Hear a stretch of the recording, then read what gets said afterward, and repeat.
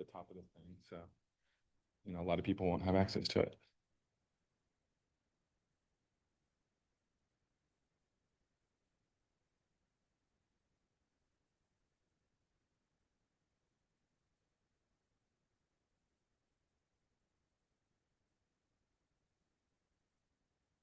Good morning, everyone. I will call to order the adjourned Planning Commission regular meeting for December 5th, 2025. May I have roll call, please?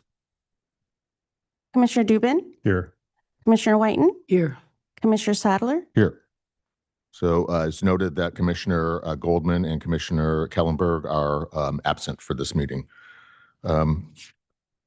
Before we begin, there is a period of time at the beginning of our meeting for public communication, which is a point where any members of the public may speak to the Planning Commission on any item that's under our general purview, but not on tonight's agenda. Are there any members of the public who wish to make any public communications at this time? Seeing none, close public communications, and we will go on to the consent calendar. Are there any members of the public who wish to pull any items from tonight's consent calendar? Are there any members of the Planning Commission who would like to pull any items from the consent calendar? No. Seeing none, would somebody like to make a motion to approve the consent calendar? I move approval of the consent calendar. Second. Roll call, please. Commissioner Dubin? Yes. Commissioner Whiten? Yes. Commissioner Sadler? Yes. Okay, the consent calendar is approved. We will move on to our regular public hearings. Item 5.1 is a item for Planning Commission finding of general plan consistency 25-2355. And Louis Lacasella will be providing our staff report on this item. Good morning, Chair, members of the Planning Commission. Louis Lacasella, City Manager's Office. Item 5.1 is consideration of general plan consistency 25-2355.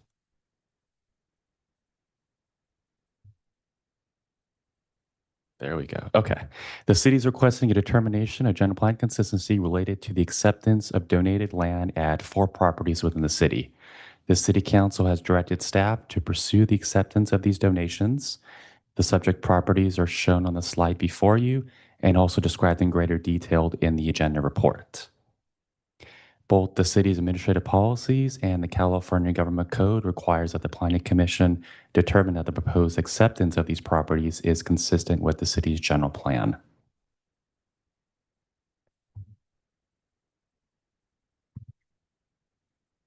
On this slide, and also detailed in the agenda report, are the general plan and land use element policies related to open space that guide this determination.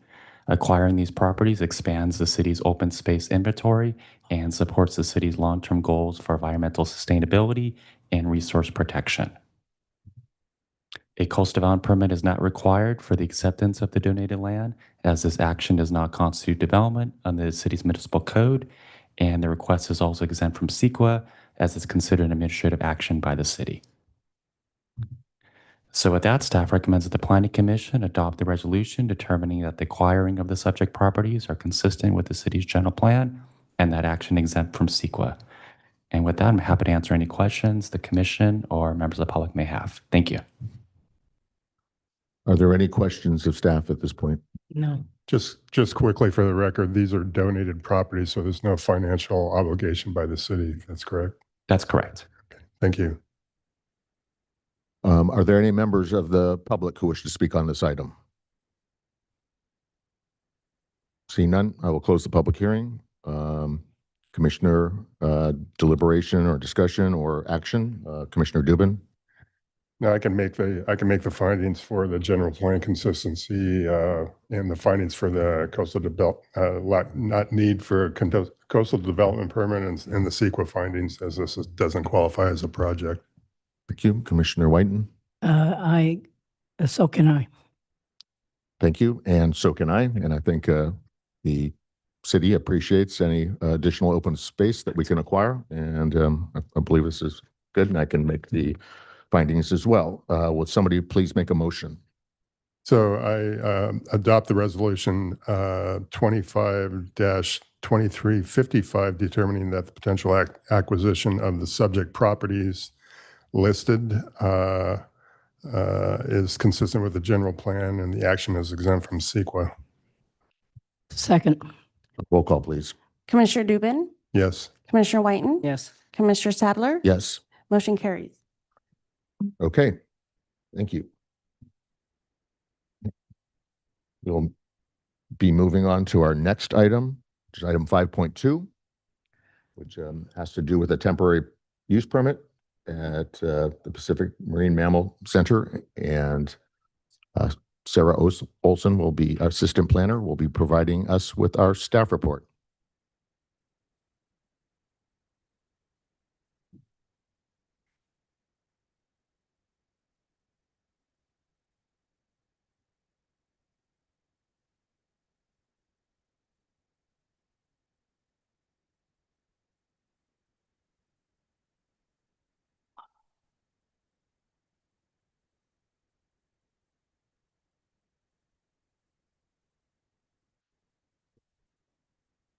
Anybody bring donuts and coffee?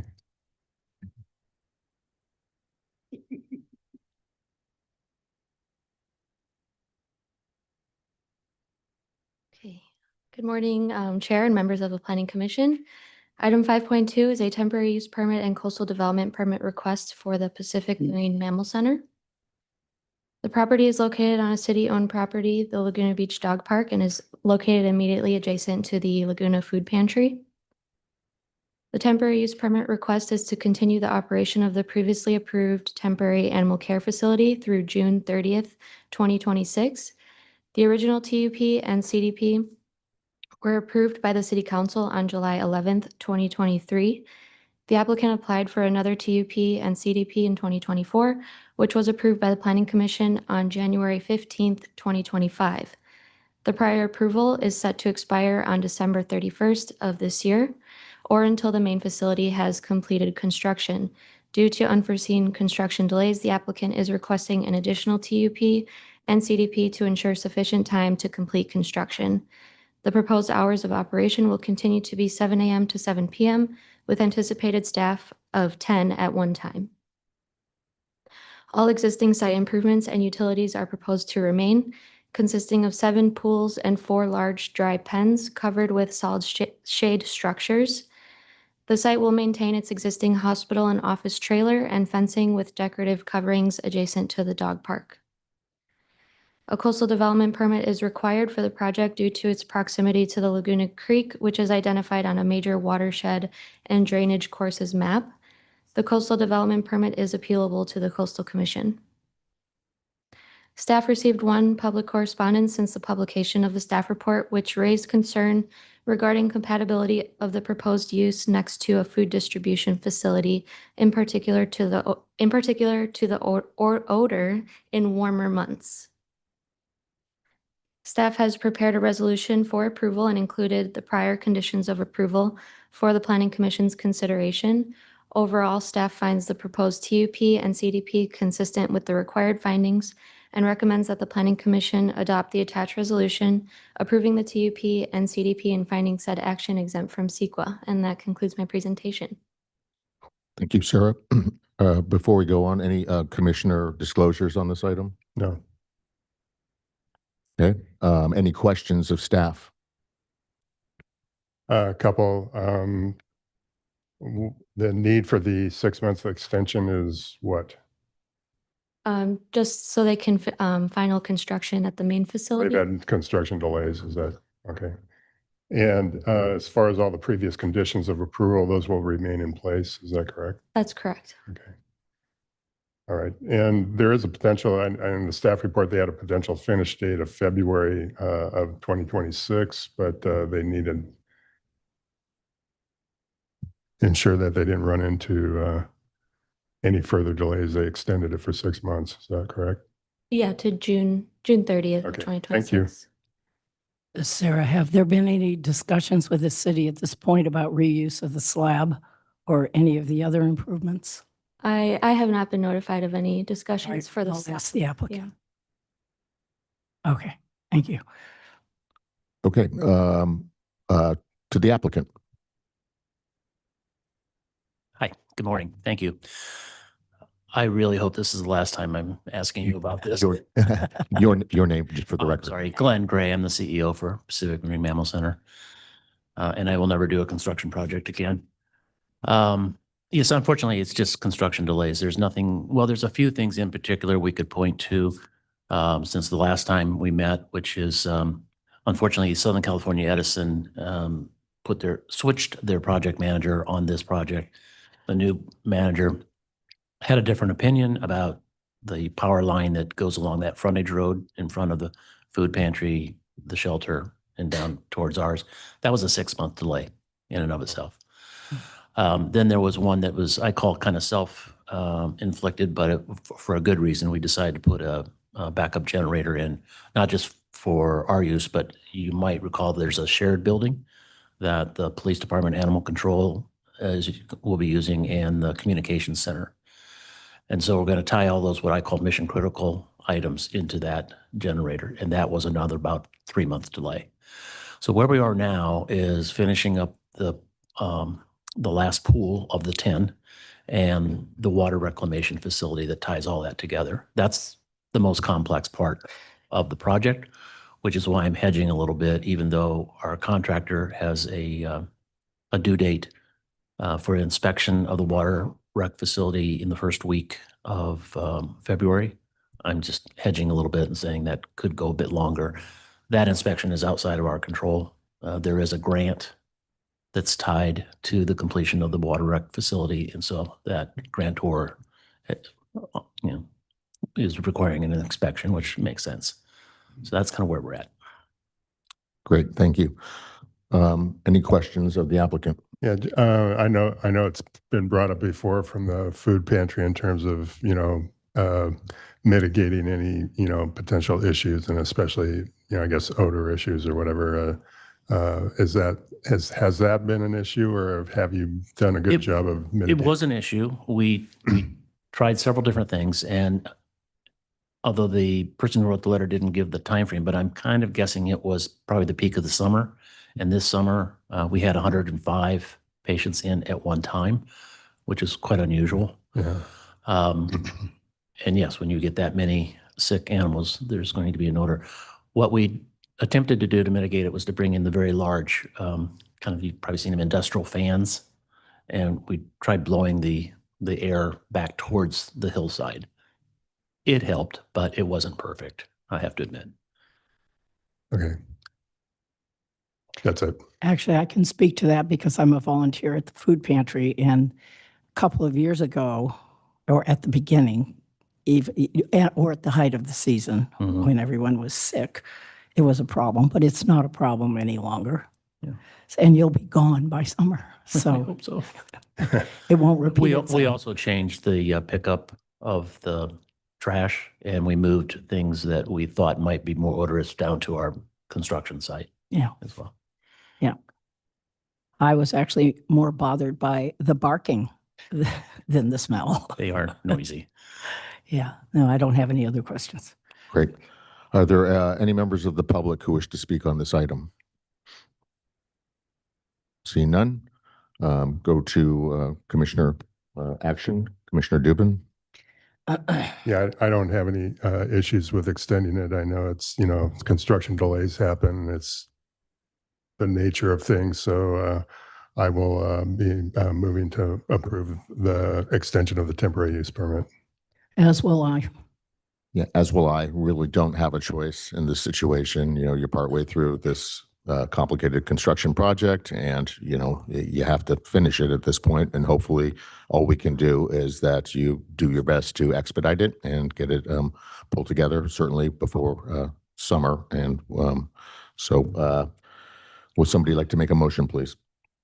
Yeah, I'll move to continue the previously approved temporary animal care facility through June 30th, 2026, within the OSC-1 zone of the Laguna Canyon Annexation Area Specific Plan.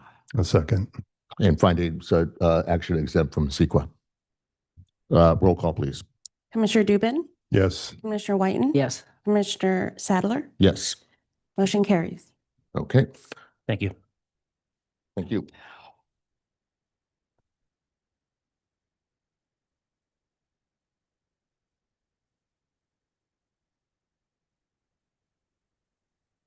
Okay, we'll be moving on to our next item, agenda item 5.3, which is a request for a conditional use permit, coastal development permit, and a sign permit for a 1796 South Coast Highway, Seahorse.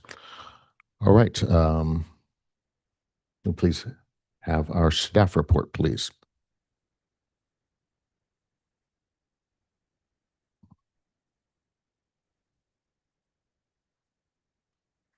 Item 5.3 is a request for a conditional use permit, coastal development permit, and a sign permit for the Seahorse Lounge. The project is located at 1796 South Coast Highway at the corner of Pearl Street and South Coast Highway within the C1 zone and abuts the R2 medium density residential zone. The site is developed with a commercial building and an 8-space parking lot at the rear. The property is listed on the city's historic register, making it eligible for historic preservation incentives. The current use of the property is the Pearl Street General Store and the Pearl Street Coffee Shop, both of which operate from 7 a.m. to 2 p.m. and 5 p.m. for the general store. Both uses only operate out of the front portions of the building and are permissible by right in the C1 zone. The property was previously approved for a conditional use permit to allow on-site consumption of beer and wine under a Type 42 alcohol license within a 280 square foot area of the general store. Numerous violations resulted in the revocation of the CUP on September 20th, 2023. The general store, coffee shop, and the Seahorse Lounge are now under new ownership and have expressed full commitment to complying with the city requirements and the conditions of approval for the proposed project. The CUP before you has several moving parts, so I'll explain them in each component. First, the CUP will establish the use of a tavern that will allow on-site sale and consumption of beer, wine, and wine-based cocktails. The proposed hours of operation are 5 to 10 Sunday to Thursday and 5 to 11 Friday and Saturday. The tavern will also offer live entertainment to customers, which will include ambient acoustic music centralized to the front portion of the building closest to Coast Highway. To the right is the proposed floor plan in blue showing the operations of the tavern, where the coffee shop will remain closed and the general store will transition to be part of the tavern and live entertainment area. The CUP also includes outdoor seating for the coffee shop and will consist of 2 tables and 2 chairs each. The outdoor seating will be limited to the coffee shop customers only and will be removed daily upon closure at 2 p.m. A joint use parking plan is also proposed. Pursuant to the Laguna Beach Municipal Code, 2 or more uses with different hours of operation may share the same parking spaces to satisfy their respective requirements, provided that there is no conflict or overlap in operating hours. The figures below represent the areas of the building that are open for each use during their respective hours of operation, where the other areas in red will be closed. Considering that the coffee shop and tavern uses require a parking ratio of 1 to 100 square feet, and the coffee shop and retail store generally share the same space and operating hours, the building as a whole has been parked at 1 to 100 square feet using a more conservative approach to ensure the parking requirements can be met. I will also note that there are some back-of-house areas and common areas that will remain open during all 3 uses, and these have been accounted for. The CUP also includes a historic preservation incentive of a 75% reduction of required parking. The tables below represent the total spaces required for each use, which would be 24, and then including the 75% reduction would result in a net required parking of 6 spaces for each use. Since the site already provides 8 spaces, the parking requirements would be met with the historic reduction and joint use parking plan. I will note that the municipal code states if a reduction of 15 or more parking spaces is required, the city may require a parking demand study. Staff has analyzed this potential requirement and the existing parking conditions surrounding the site and have concluded that the metered parking, OCTA bus stop, Laguna Trolley, and Laguna local stops within the immediate project vicinity and the 8 spaces provided on site are adequate to not require a parking study for this reduction request. The project will require approval of a CDP because of the intensification of use proposed with the establishment of the tavern and the joint use parking plan that will park the entire building at 1 to 100. The coastal development permit is non-appealable to the Coastal Commission. The sign permit includes one window sign at the rear near the parking lot and consists of a gold seahorse logo decal approximately 1.63 square feet and one black painted wall sign approximately 5.32 square feet representing the business name. There will be one window sign on the bay window fronting Coast Highway that consists of a pink seahorse logo decal approximately 2.77 square feet and one painted window sign along Pearl Street consisting of one pink and one blue seahorse logo approximately 2.74 square feet. Staff has received correspondence in support of the project since the noticing and publication of the staff report.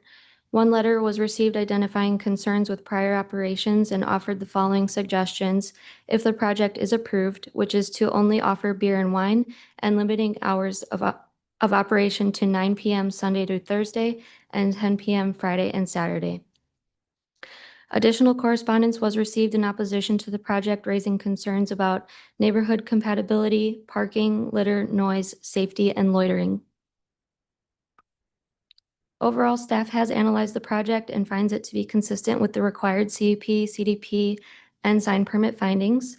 However, considering past concerns, staff has drafted project-specific conditions of approval for the Commission's consideration, which include but are not limited to limiting live entertainment to the front portion of the building only, offering no ticketed events for live music or other events that would otherwise cause noise disturbance, and no loitering of customers or employees within the parking lot or rear exterior of the building after business hours.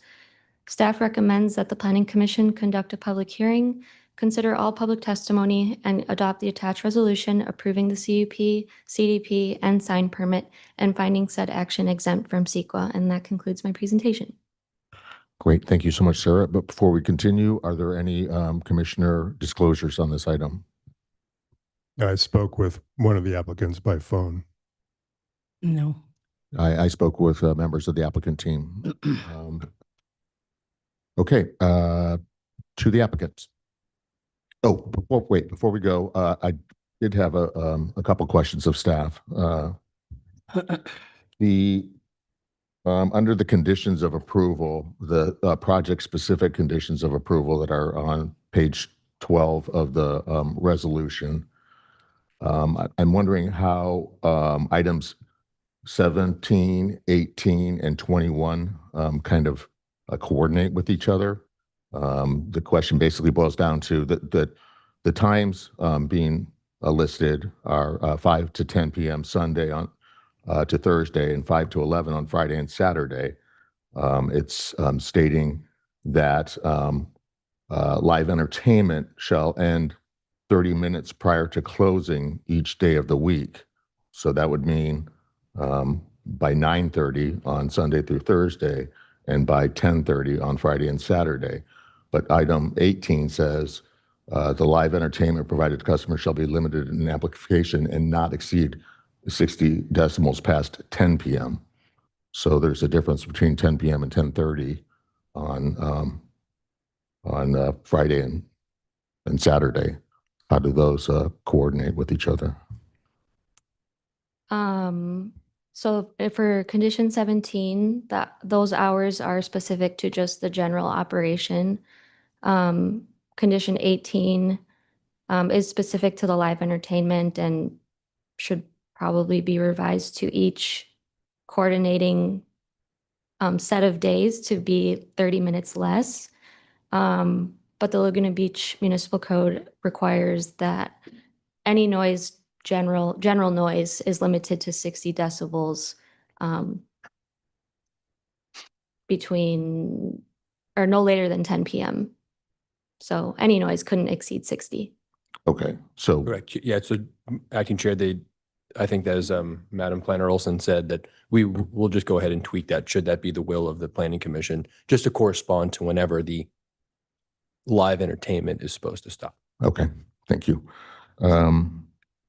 There was also at some point the the applicant team had mentioned that something about not doing trash collection during after hours, or some sort of limitation on trash collection. Was a condition of approval made part of the resolution that included that?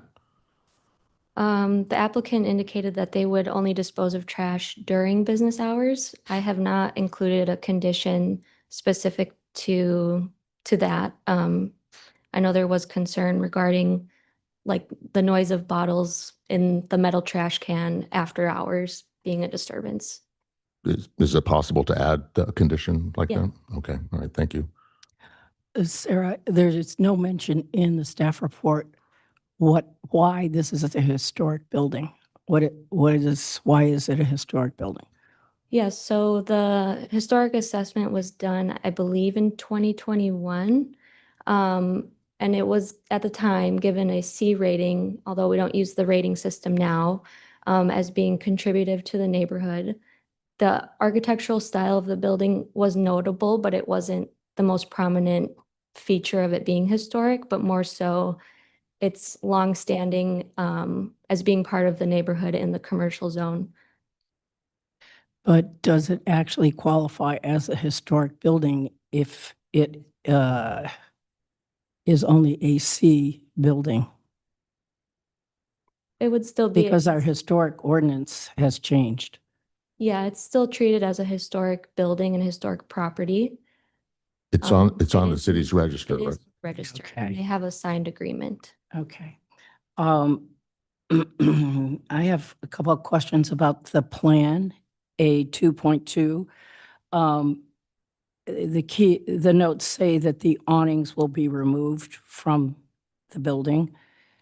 And there's also a condition that the city historic consultant has to review the plans for additions of awnings, signs, et cetera, within 3 years of approval. So I have two questions really there. First, will the awnings be removed now? Because are they approved? Have they gone through the approval process? So initially, the applicant was proposing to remove them because they haven't received a formal building permit. They were installed under the prior business owner. We've gone through several iterations of the plan, so that was just carried over from a prior submittal. But the awnings will remain. They were identified in the assessment as an alteration because the assessment was done once they were already on the building unpermitted. But we want to work with the applicant to keep them on the building since they've already been identified and they look nice on the building, so And so that's a similar case to the signage. yes. Yeah. Mhm. Okay, the second part of that question is why is there a 3-year stipulation? Why wouldn't that be necessary in order to why shouldn't it be reviewed by the city, his architectural historian at the same time that the permit is pulled? Well, working with the architectural historian does have a significant cost. So just to work with the applicant in getting them rolling with the business and with building permits, we would also request that they submit for the architectural historian review at the same time. Okay, but are they flexible about that 3-year period? They have been made aware of the condition. Okay. Now, on the plan itself, or in the report, you refer to the partition between the entertainment and the lounge, the bar. I couldn't really tell what was going on in the plan, whether it's a glass wall, a solid wall. The report also staff report refers to a door. What's actually going on there? The plans aren't very clear. Yeah, so that was a requirement from the building division to accommodate the occupancy for both the live entertainment area and the bar area. In order to keep the lower occupancy load, they would have to install a fire-rated wall with a fire-rated door, but they were willing to also accommodate fire-rated glass, since that low wall kind of adds to the atmosphere of the building, I guess. So I'm still not clear. Is it there's a low wall with glass on top of it? So All the that's way one to- option, or they could do a full floor-to-ceiling wall, solid wall, I see. but it just has to be fire-rated. So it could be either or. It seems a little odd that we're not actually looking at a set of plans to approve. That there's still these variables that haven't been resolved. Is there some reason for that? I guess just to keep the option open to the applicant if they want to install a full floor-to-ceiling wall, or if they want to do the fire-rated glass.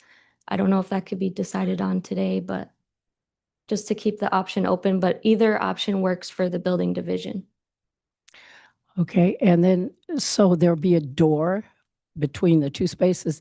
Is the door open during business hours or closed?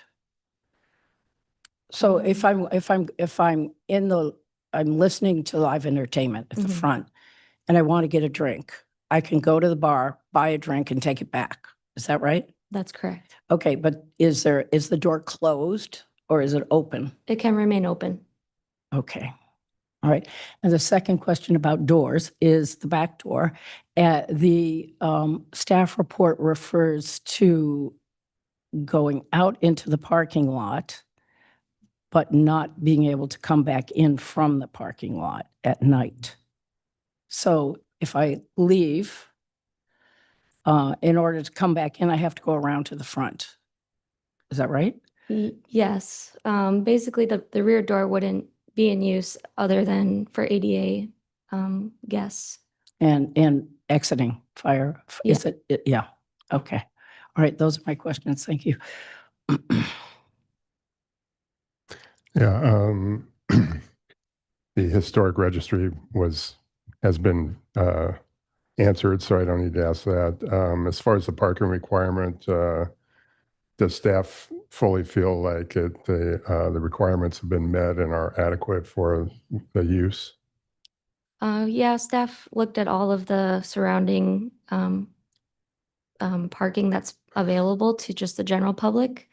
On Glenary, I believe it's Glenary and Pearl Street is where it's permit-only parking. But if the reduction was much greater, like a reduction of 30, then we would see,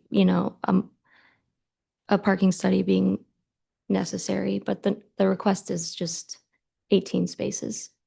Because the part of Pearl between Glenary and Coast Highway is metered, isn't it? Yes, it is. And I think Glenary is probably all metered spots as well, right?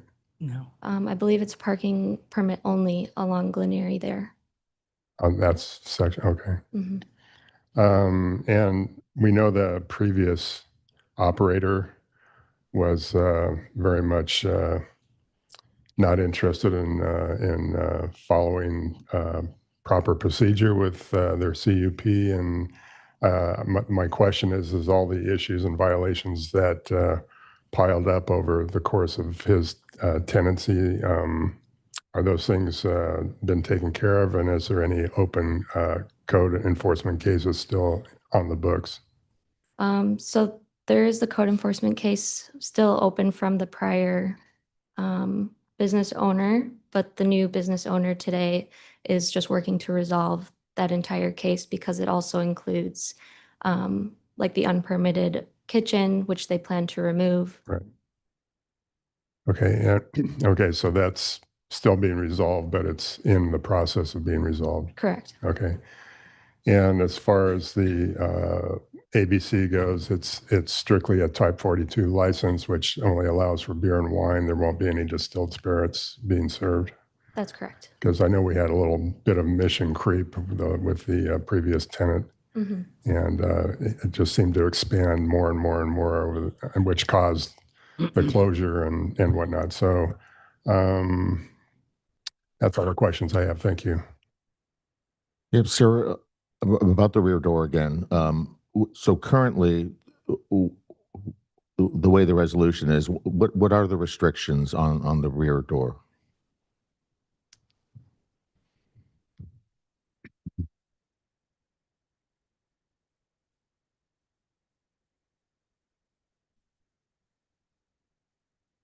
I believe it's just the no loitering. There isn't something specific to the rear door. Okay, and if we were to decide to try to craft an additional condition of approval, that's possible to do that. Meaning, because I spoke when I was speaking with the applicant, I expressed some concern about that as well, and it seemed as though they were willing to, further restrict the access there, and potentially say that that rear door is for ADA ingress and egress only, and for deliveries only, and that not to be used for the general public. Would such a condition be, something that we could add if desired? Yeah. Okay, and if we were to request that additional signage be placed at or near the door, right now, there's that rear sign that says seahorse and points to the door, which it kind of makes it seem as though that's an entry and access point. If they were to add a sign, a directional type sign saying for deliveries and ADA access only, general entrance on Coast Highway, and point in that direction, if they were to add a sign such as that, would that affect the sign permit in any way? It would change the sign permit, but it would be permissible because they're well below the allowance for a wall sign. Okay, thank you. Chair, I have one more quick one. Kind of dovetails into that. On the plan, it shows when the general store and the coffee shop are open, there's also an open pathway to that back door. But is that just for emergency use only, or, because it's got the blue stripe that goes through the bar, which indicates that that's open. I guess it's always open for emergency use, but people won't be coming in and out of that during the coffee shop and general store when they're open and operating. Is that correct? Yeah, I mean, that pathway of travel was included more so just to consider the parking. If you wanted to condition the rear door to not be in use at all, we would still, I think, count for that area just in terms for the parking count. I see. So, okay, so it just seems like it's going to be a travel lane for people coming in and out of the general store. So as Chair Sadler said, are we going to restrict the backdoor use simply for, what he stated earlier as far as deliveries and ADA and emergency egress? Is that? But you could restrict it. The building division was made aware of that change and they were acceptable to that. But we would just have to account for that floor area in the parking count. Okay, That's all. thank you. Mhm. Any additional questions? No, that covers it, as the condition issue. Yeah, thank you. To the applicant team, you'll have, do you have a presentation? We do. I believe that Sarah will cue it up when it's David Parker's turn. I'm going to lead off first, Chair Sadler. Do you have any idea about how much time do you want? Typically, you would have 5 minutes right now. Do you think? We only require 5 minutes for our opening response. Okay, thank you. Okay. Good morning, Acting Chair Sadler, Planning Commissioners, staff. My name is Steve Kuwaratani, and Susan, I hope you're feeling well. Thank you. Felt that. And if I dare say so, happy holidays. It'll be the first time I've uttered this, and I'm sure it won't be the last. If you indulge me for a second, I just had breakfast with a familiar face, Russell Boonham. I'm sure you'll remember him. He's the director in Orange now. And we were at Zinc. And what I was thinking while I was there, what Zinc has and has had for 20 years plus is what we're looking to recapture here at Seahorse. We want to be a neighborhood hub. We want to be respectful. And we feel that under new ownership that we will be able to do so. This back door has become sort of a big deal, and you can certainly ask it in questions or suggest new conditions. But this rear door really is for ADA access only, as you have discussed. It really is only for deliveries and obviously will be at a later time in the morning. And lastly, we're going to have signage on the interior saying emergency exit only. We can't lock it. You know, we have to have a way to get in and out. And if something were to happen in front, then we need that rear door. So getting to my formal part of the presentation, I want to thank staff, particularly Sarah and Anthony and Samantha and Matt. We would not be here if it wasn't for their indulgence and their support. So I want to recognize staff. I've been working on this project probably for 15 years, and I last appeared before two of you almost 9 years ago when we garnered an approval for the Seahorse. We are under new management. The former operator flouted the conditional use permit. Planning Commission rightfully revoked the CUP, but we're looking for a fresh start. And with that said, I'm going to turn the presentation over to our architect. Thank you. Thank you, Steve. Good morning, Planning Commissioners. I'm David Parker, the architect for this project. Pearl Street General Store and Seahorse Lounge have served Woods Cove for over 2 decades, providing social, cultural, and community value. This historic property is under new ownership and management, committed to be good neighbors and complying with all regulations. In reopening the Seahorse Tavern, they will focus on responsible revitalization and partnership with the neighborhood. They pledge full adherence to required city permits and the CUP. Next slide, please. Pearl Street Coffee recently opened to enthusiastic reviews.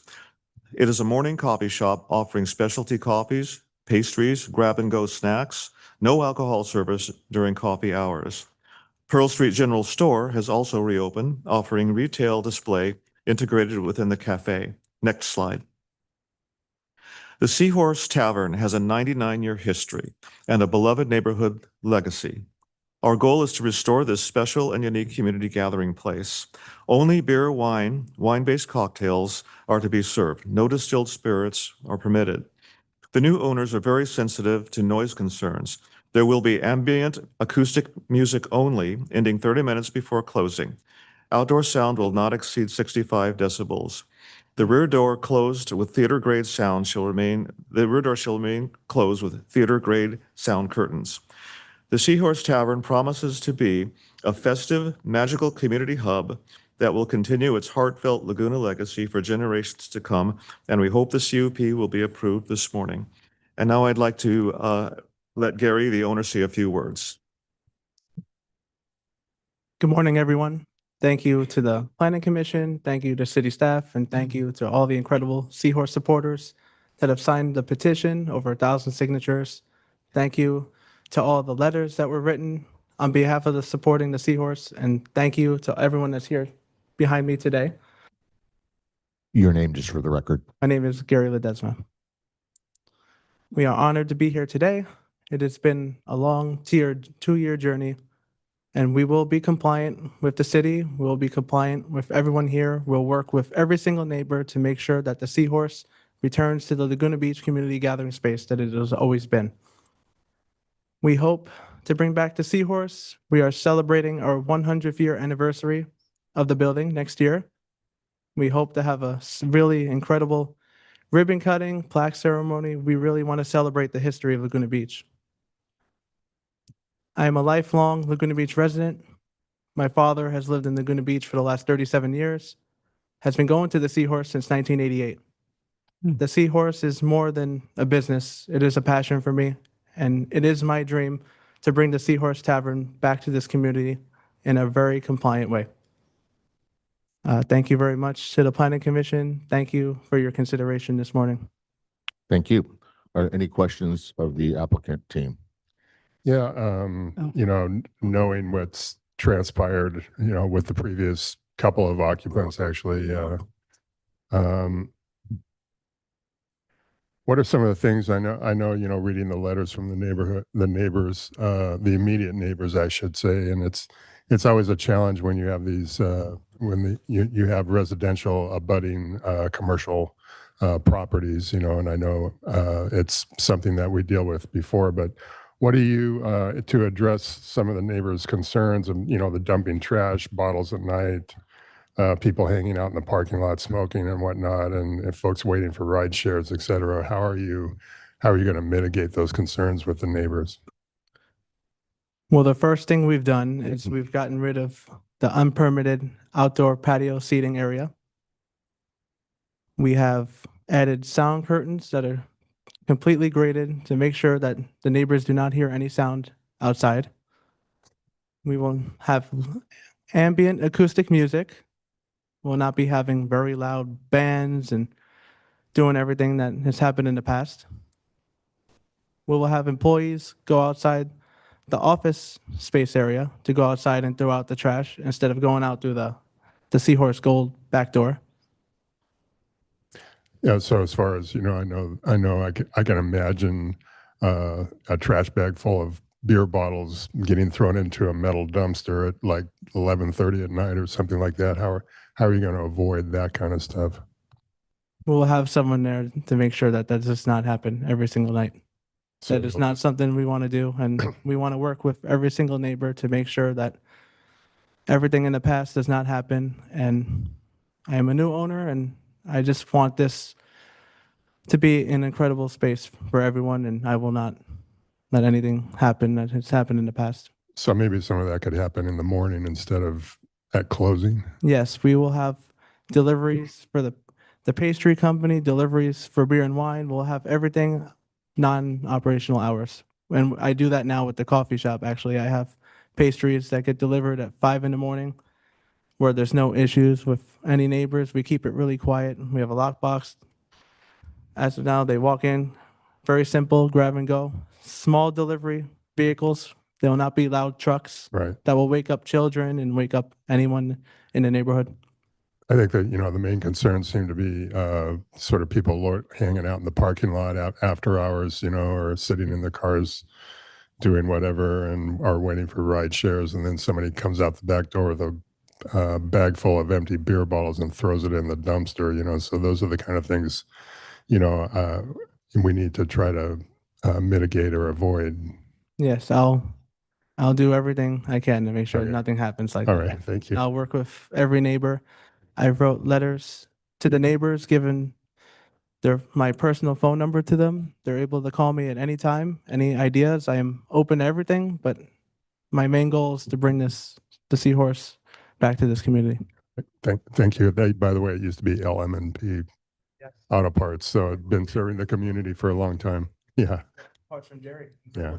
Thank you. Hey, George, just to amplify, you heard my application for the Drake a number of years ago, and that was also a concern with the dumpster in the back. So we basically accepted a condition that trash would be kept in smell-proof, waterproof bags inside the restaurant, and this would be the same for the Seahorse, and we would take those bags out at a reasonable hour the next morning. Are you comfortable with the conditions that we've discussed, adding the conditions to the approval? The condition for trash being in the dumpster being limited to business hours, the condition of the rear door, which we need to craft. And are you comfortable with those conditions? Yes, I am comfortable with every single condition. And then I just want, Don't tempt us. Yeah. I just want this place to be open. And December 9th of this year will be 2 years that I've started owning the Seahorse, and I've been compliant, and hopefully city staff and everyone recognizes that here this morning. Congratulations. Another question that I didn't bring up earlier, the question of employee parking. You're going to have two employees on site at all times. Is that right? During the day? Yeah, and right now we just have one person running the coffee shop, and we're trying to limit employees as well. Yeah. So that's what we need. You have a very limited number of parking spots. Mhm. Where are and if your employees are parking there, you practically have no parking spots if you consider the unless they're motorcycle drivers, or in the ADA space. Mhm. So what is your policy about employee parking?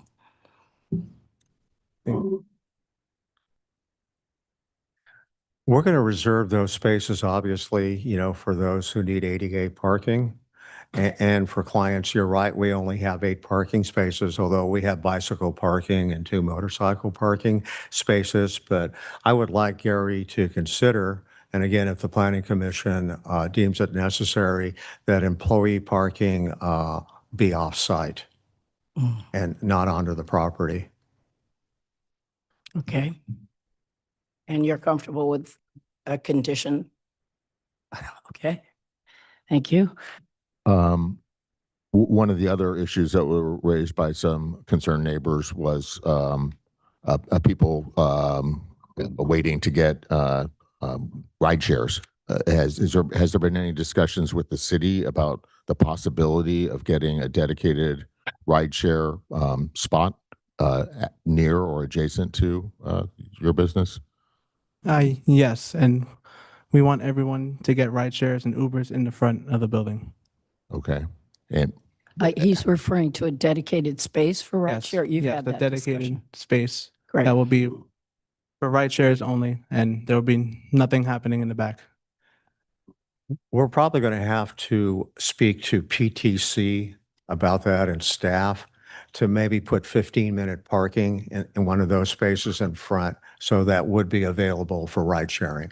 okay, because I know there is one or two on Ocean Avenue, close by Hennessy's and the Marine Room and some of the restaurants that are right there, and it seems to be pretty effective. That to have that dedicated rideshare pickup spot for a couple of reasons. One, it makes it clear that's the dedicated spot. You don't have rideshare drivers just idling, or blocking traffic or doing whatever they're doing. So, yeah, I would, hope that you would explore that further.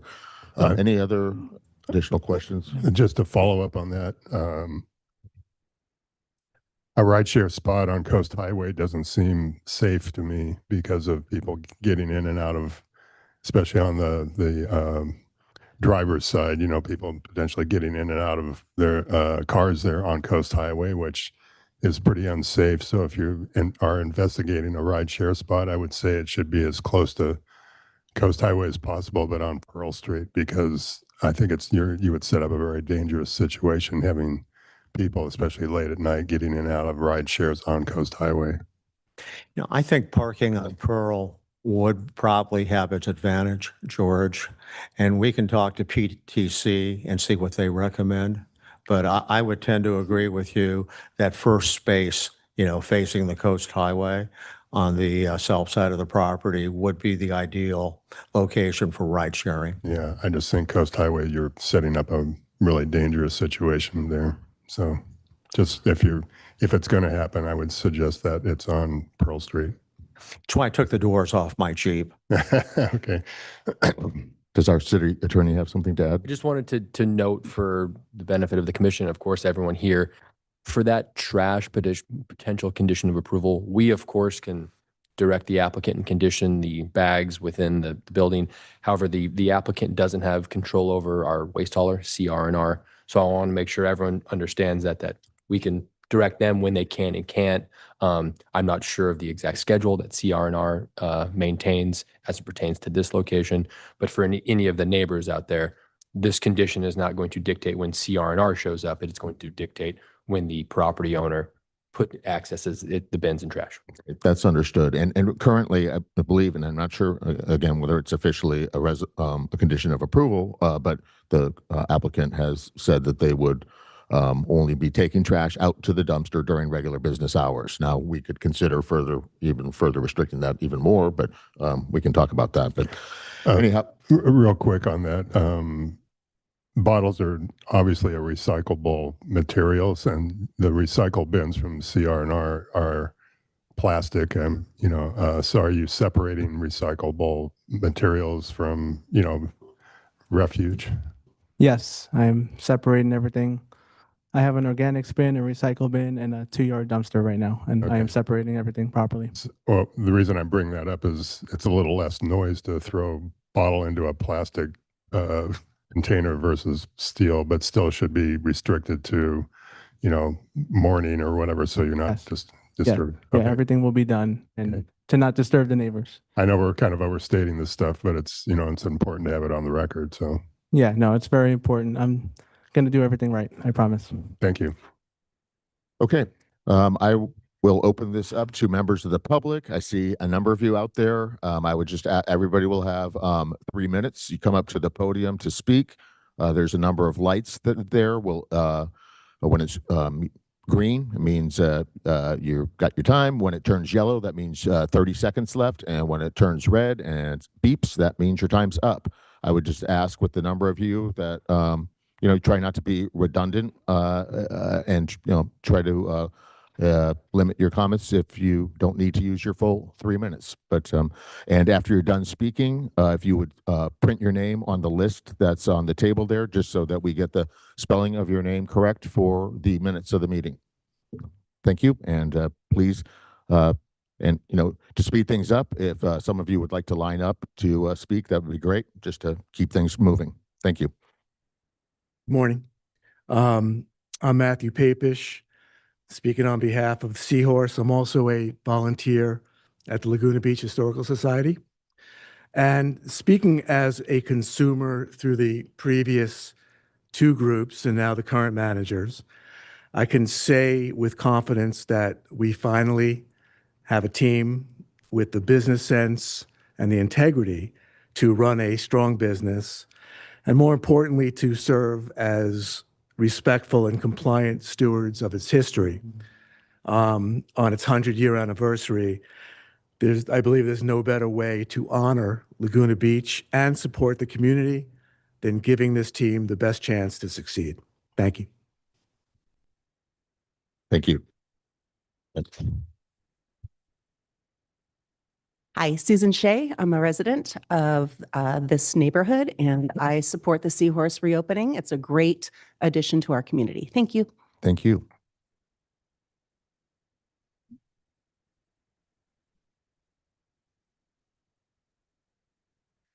My name is Bree Lanningham. I have been working with Gary since the very beginning, one of the very first employees of the Seahorse, hopefully anticipating to help them run it.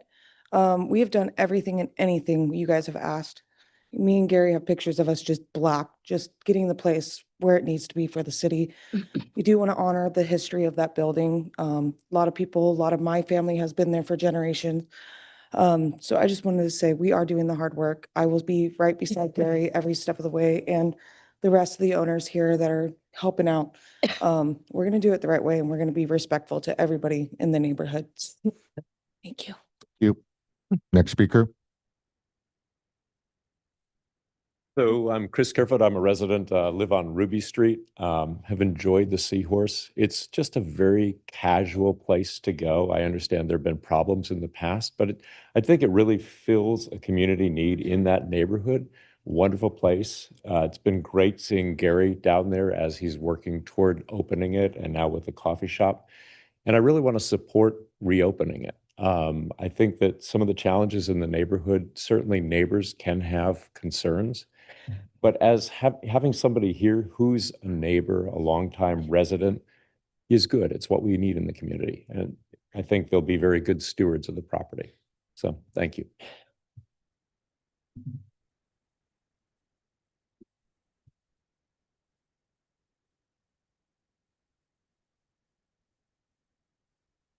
There we go. Oh. Hi, my name is Christy Peterson. I'm a longtime resident here, and I just wanted to express, I know the owners, the team, they're extremely professional, and they're locals. It's a grassroots movement, and this town is very social. And I know a lot of people aren't here, but I probably would say I know well over 1,000 people that support this. I don't know anybody that doesn't. And I think this team, they're not doing it just for themselves. They're doing it for the community. It's an iconic location. And I would love to see this open today. I think that the time has come. They've done their due diligence. They're doing everything right. And I hope that the city will support them. I do think the city does need to support locals, and I would love to see that happen on a faster basis. I did have a talk with Mark Orgel about 1.5 years ago, and we talked about this, and he had expressed how the city manager is trying to make things happen faster. And that was 1.5 years ago. So I would really like to see, for all businesses, especially locals, your support. And that is appreciated. Thank you. Thank you. You guys, the applause really is not necessary. We have people. Guys, shake your hand. Hi, I'm Heidi Miller. I'm a 46-year resident and 46-year business owner in downtown district. And I absolutely applaud anyone who's willing to take a risk in Laguna Beach with a business, and especially those that have waited 2 years. The new owners have showed their dedication. They've shown they're willing to compromise, to make the sacrifices, to do whatever it can to get this open and to right the wrongs of the past. And they've really shown that they know how to run a business. They're supportive. They're willing to make the changes. And I certainly hope that they get the approval. I think in so many hundreds and probably several thousand of us, there were a lot more people who were going to come on Wednesday night who couldn't. But I do hope they wrote the letters, because they had at least 100 people, 120 that were going to be here. So we do support them. Thank you. Thank you.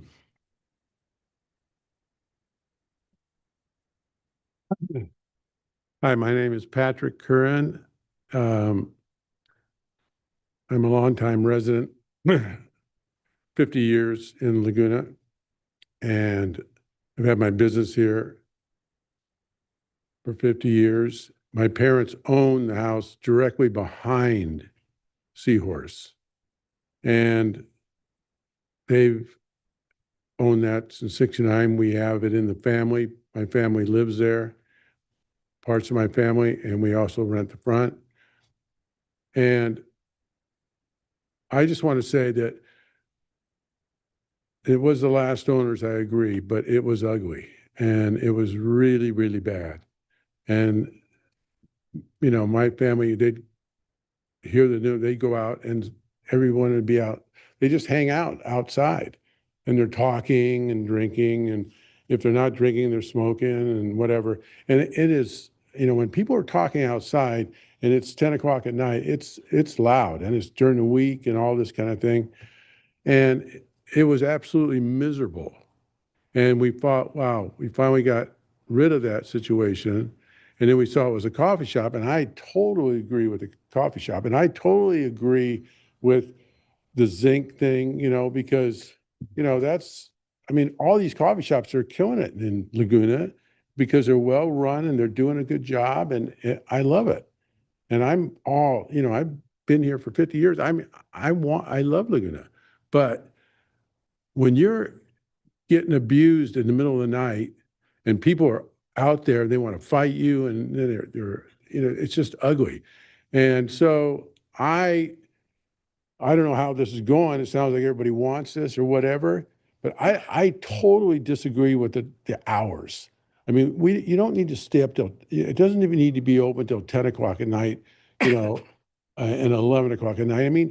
If you can't run your business and go till 9 and make money, I don't get it. And that cuts back on all the riffraff and late night stuff. So I think the hour has to be down. It has to be less.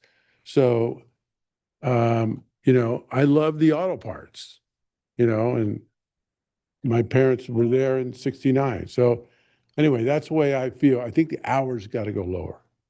Thank you. I'm not sure if it's allowed, but my wife said she'd give me some of her 3 minutes if I go. No? Okay. I just wanted to make a couple of quick points that were brought up before I read my remarks. Let's be honest, the back door is the front door of the lounge. I think that's been brought up. So I just want to clarify that. Two, this has been a daytime use property for decades, except for the brief time that the Seahorse was reopened. So when we talk about reopening the Seahorse, for decades, this has been a daytime use, except for that brief, horrible moment. And third, rideshare on Coast Highway is brought up is not realistic. And so it means Pearl Street. And when you empty out 49 patrons, which is, I believe, what is allowed at 11 or 10 o'clock at night, how many ride shares does that equal? That means backing up on Pearl Street. So I'll get into my comments. My name is Peter Nielsen. My wife and I have lived in the 200 block of Pearl Street for the last 9.5 years. I'm here to oppose the reopening of the Seahorse Lounge. Some may mistakenly believe this opposition is to small business or the Seahorse specifically. It is not. This is an opposition to a nighttime business operating in this particular location, directly adjacent to 10 residences that make up our block. You'll notice that among the letters of support submitted for the Seahorse 2.0, not one is from a neighbor, not a single resident of the 200 block.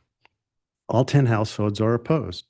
Yet only 2 of us are here today, partly because of the last-minute delay change, but also because Laguna is a very small community. It's human nature not to want to stand publicly against friends or be singled out. I completely understand this feeling. Truthfully, I don't want to be here either. But we've been put in an unfortunate position, and because we're here, because we have lived through Seahorse 1.0, and it had very real and very negative qualitative impacts on our life. If you read the letters of support, many of which, by the way, are from non-Laguna Beach residents, you'll hear people talking about wanting a fun place to gather with friends. But our tiny Laguna lots means that that place is literally our front yards. We cannot simply go somewhere else when an 11 p.m. fight breaks out in the street, or when the line of Ubers pulls up on Pearl, or when groups stand outside our windows enthusiastically catching up for 20 minutes after closing. We cannot leave when an employee dumps the night bottles, as has been discussed, in the recycling bin. And we cannot leave when an employee or a person leaves the premises in their loud motorcycle or unmuffled car. Every night during Seahorse 1.0, we, the residents, had to ask ourselves, was the disturbance loud enough to call the police? Was it bad enough? And will they even arrive on time? That is not how anyone should have to live in their own neighborhood, and yet we did. We do not have to guess what the neighborhood impacts of the Seahorse reopens. We lived it, and it was bad. The very commission in that way acknowledged it in the harm when they rescinded the 2023 CUP. I guess if you won't let me go, I'll have my wife read the rest of it. So.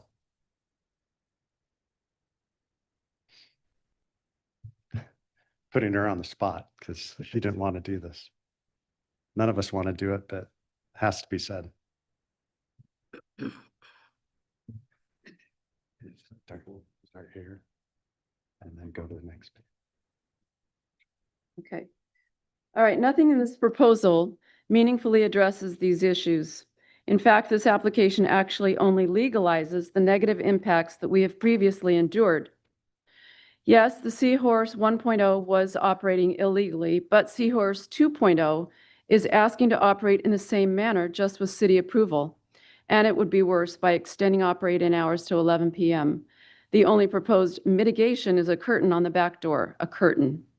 I would also like to highlight several concerns from the staff report. First, on page 7, staff notes that because this census tract is already oversaturated with alcohol licenses, approval of public convenience and necessity by the city manager is required. Has the city manager granted this approval? Second, on page 9, the municipal code allows the city to require a parking study when an incentive would reduce parking by 15 or more spaces. Despite this, staff determined without explanation that no study was needed. Why not? Especially in a neighborhood where parking is already extremely limited. It should also be noted that the report incorrectly states that the 200 block of Pearl is entirely metered. It is not. Only the first half is metered. The remainder is open parking without the quiet zone protections that residents on Glen Eyrie and the 300 block receive. Most importantly, on page 14, finding number 4 states that the use must be consistent with the general plan. Policy 5.4 requires the city to preserve and maintain the livability of residential neighborhoods by minimizing impacts such as alcohol-related activity, noise, parking intrusion, and late-night disruptions.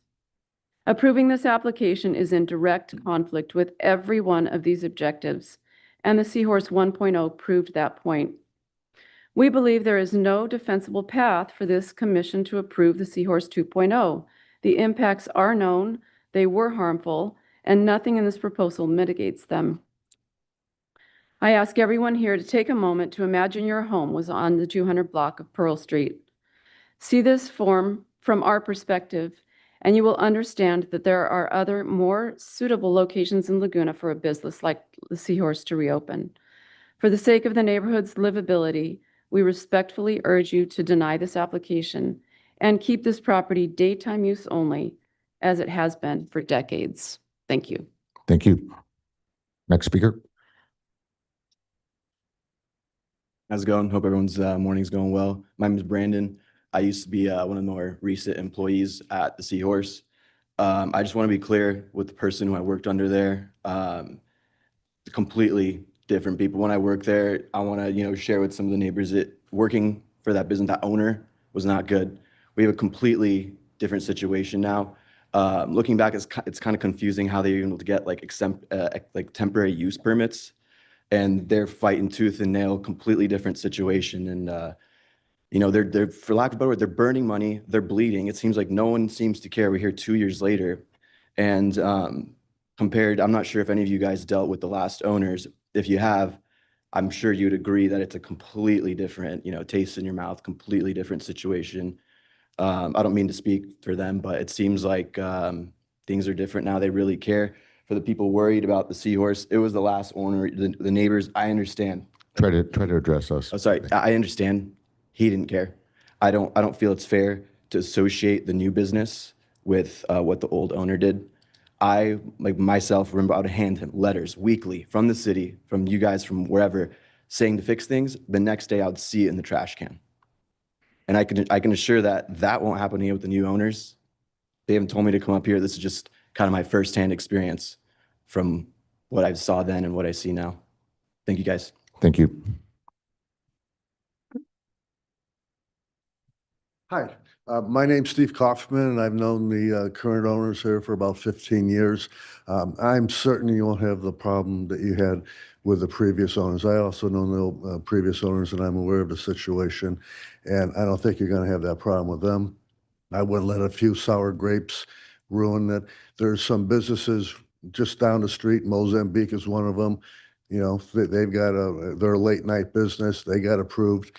I can assure you that these guys will keep it under control, and will continue to be respectful to the residents. Thank you. Thank you. Are there any additional speakers?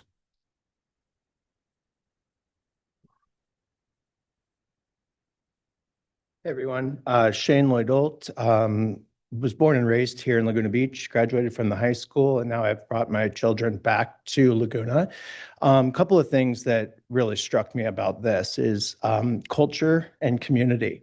It seems like the Seahorse has long, deep-seated history in the community, and I love to see what's happening. I'm tired of vacant storefronts. I love the fact that Wiggs now has a place in the back. The gentleman just referred to Mozambique's, also known historically as Tortilla Flats. I love to see the revitalization of Laguna Beach.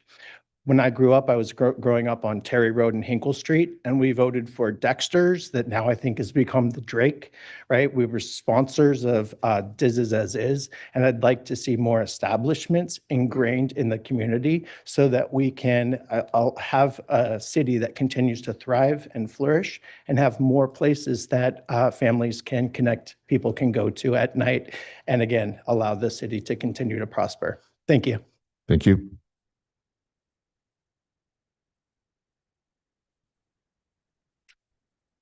Hi, my name is Susan Chavka. I live in Victoria Beach on Coast Highway, so I understand noise. I'm the greenhouse across from Diz's restaurant. I hear the Drake. I leave all my windows open, enjoy the night music. I hear people laughing, cars. I hear trash. I hear everything. They're so respectful. It's a beautiful place I love going to. However, I just feel like you chose a busy street. I expect it. You know, you get what you give. You're off a coast highway. There's the other places. There's the new sandwich place that is open late. There's a liquor store. I feel like we're nitpicking this place for 2 years. I came here about almost just 4 years ago from Mission Viejo, and we walk there. You don't have, there's so many locals that are going to be walking or just, I don't know. It's just, this place needs that community, and there are no excuses. It's just, it's beautiful. It brings us together. We've heard everything. I think everyone's terrified of making noise. I feel like we can manage a trash can at this age and time in our life where we don't need to be just hyper controlled. The Garys, they're willing to do everything, and we're willing to support it. If someone's loud, I bet you one of us is going to say, hey, you know, we don't want to get in trouble. We want this community and everyone in it to flourish. We're all in this together, and we need to come together, and it needs to be just enough is enough. Let's do it. Let's move up the hill. Thank you.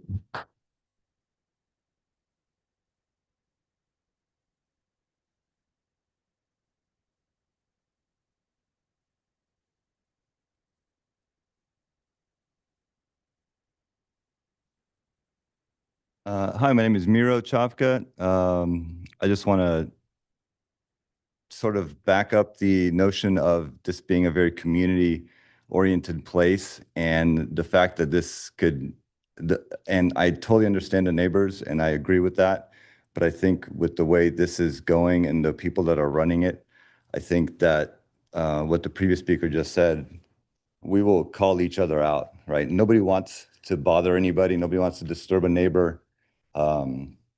I think the new owners are going to be pretty vigilant about keeping people out of that back area, especially late at night.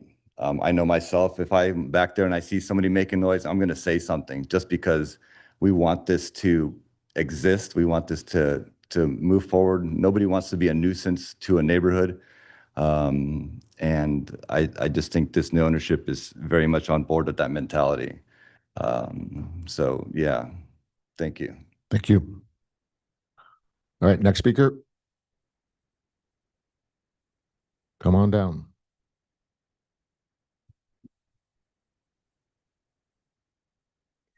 Good afternoon. My name is Leonard Porto.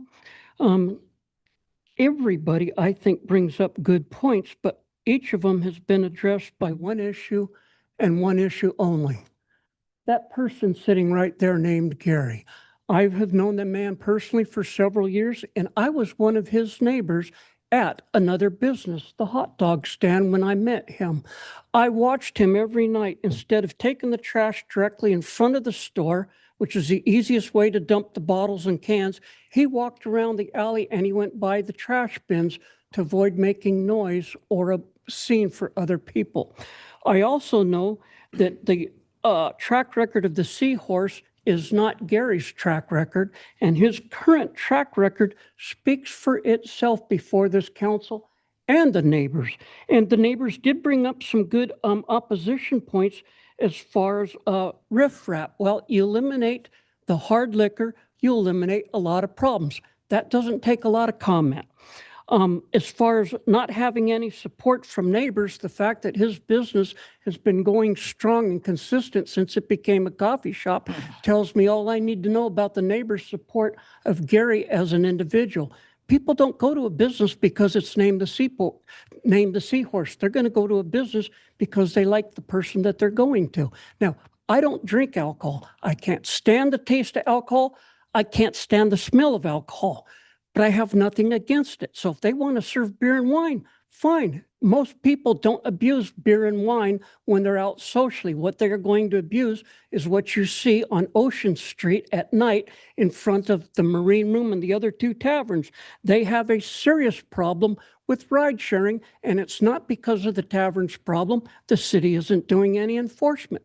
The problem with the previous Seahorse restaurant, which is unrelated to Gary's Seahorse, it shouldn't be called Seahorse 2.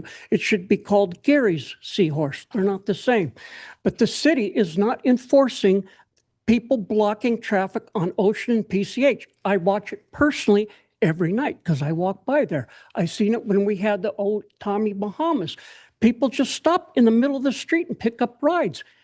Gary has no way to stop that, but I know him well enough that if he has to and he sees it, he's going to walk out there and chew people out.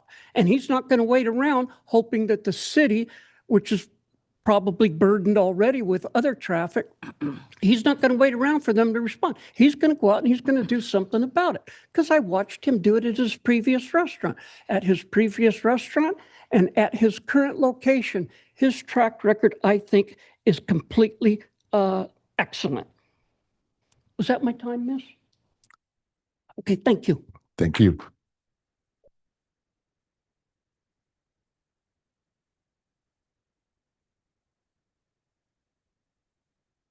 My name is Mike Walters. I moved to Laguna Beach about 15 years ago. Incredible place. Immediately fell in love. I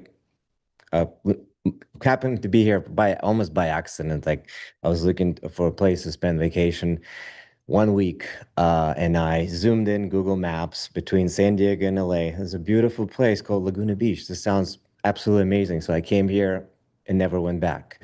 When I discovered Seahorse, I was alone. Like I had no friends, and that's where I met all of my friends.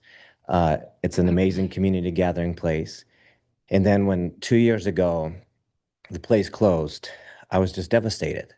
And I asked my friends, what's going on? Well, there's been a lot of code enforcement issues. The place was shut down. The previous owner did not honor the community.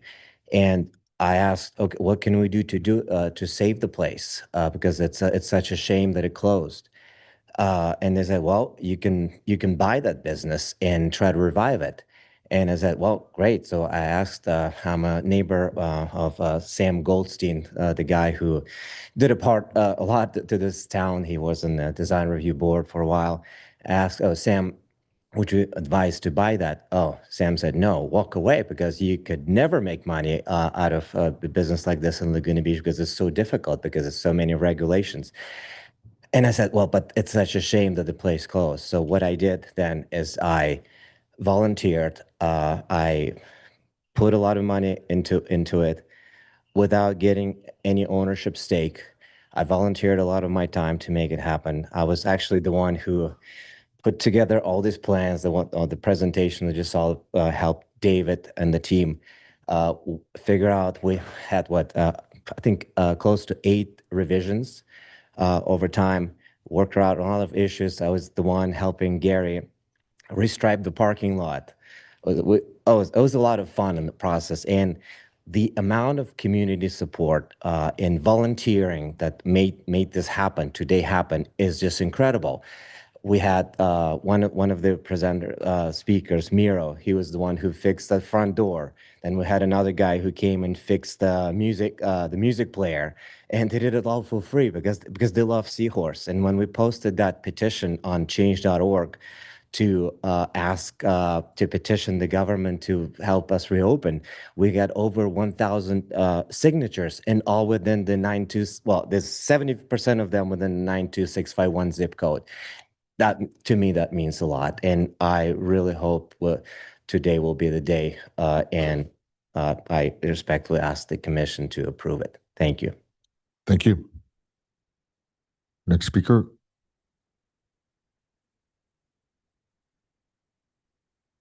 My name's Nicholas Craner. I'm a lifelong Southern California resident. Been spending quite a bit of time here in Laguna, and I am looking forward to being a patron of the new Seahorse. I heard some of the neighbors ask for empathy, and I am empathetic for the way the previous owners had run the institution. I know Gary, and I feel more than a willingness from them to comply. It's without being too redundant, I'm piggybacking a little bit on what Susan said earlier. When it comes to buying or residing in a house in that proximity to such a main street or a commercial building, in my opinion, it would be hard to expect a certain level of calm all the time or an ease or silence. It's just, there's a lot going on around there. And I think the new Seahorse deserves an opportunity, and I'm really looking forward to it. I feel bad that they've had to wait so long. And that's it. Thank you. Thank you. Next speaker. Are there any more speakers? Going once.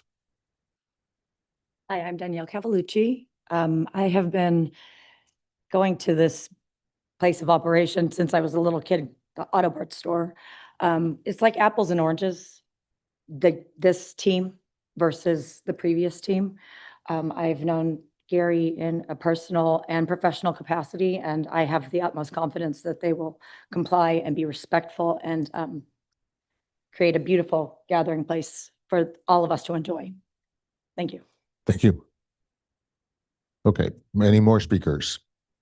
Okay, seeing none, back to the applicant team. You'll have 3 additional minutes. If there's anything you'd like to add, anything you'd like to respond to that was said. Thank you, Chair Sadler. Steve Kawaratani again. I appreciate all the neighbors who were either in support or opposition to the project. It's difficult during a weekday, except for staff, of course, because they're already working here. But I want to thank the commissioners as well. We're taking a couple hours plus out of your day as well. So thank you to everyone who has participated. We heard the neighbors who may be less than satisfied with the possibility of the Seahorse returning. And that puts the onus on us. I've been a local here probably longer than anyone. And we have a responsibility.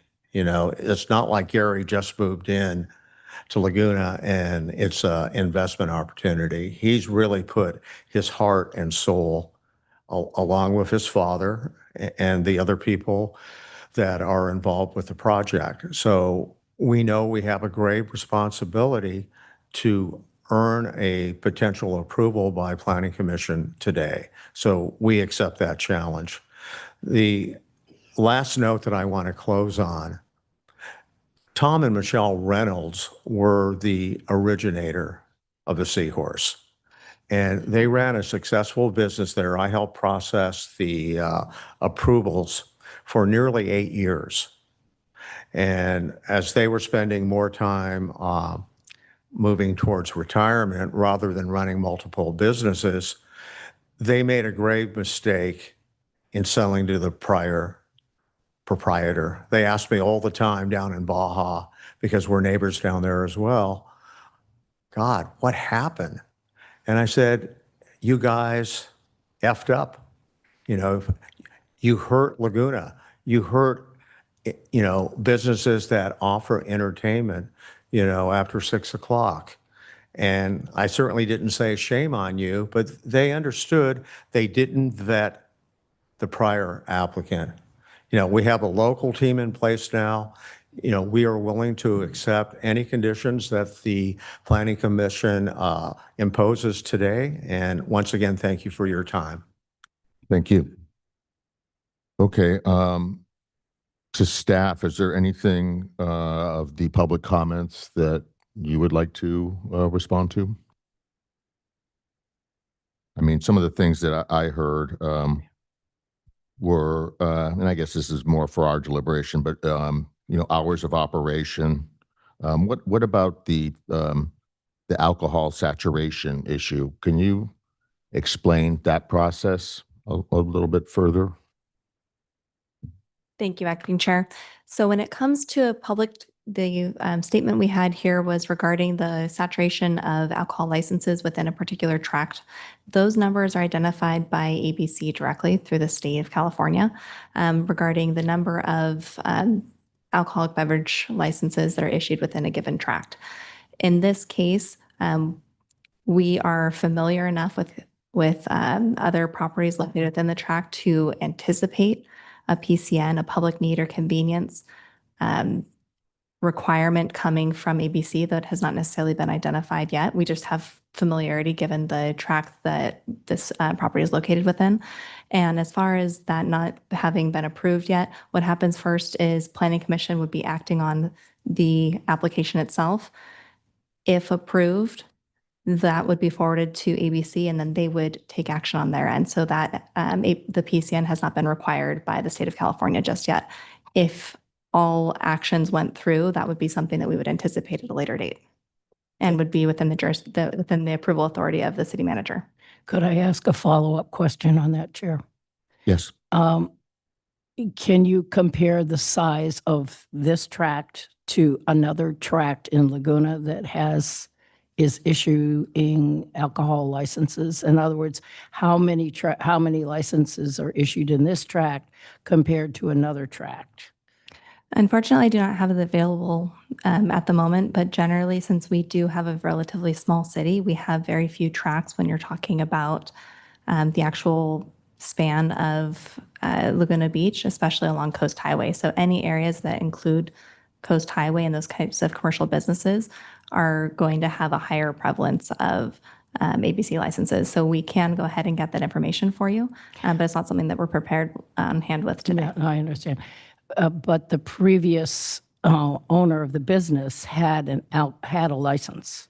Yes, that so is correct. therefore, they went through the same process, although then they violated the rules by serving hard liquor.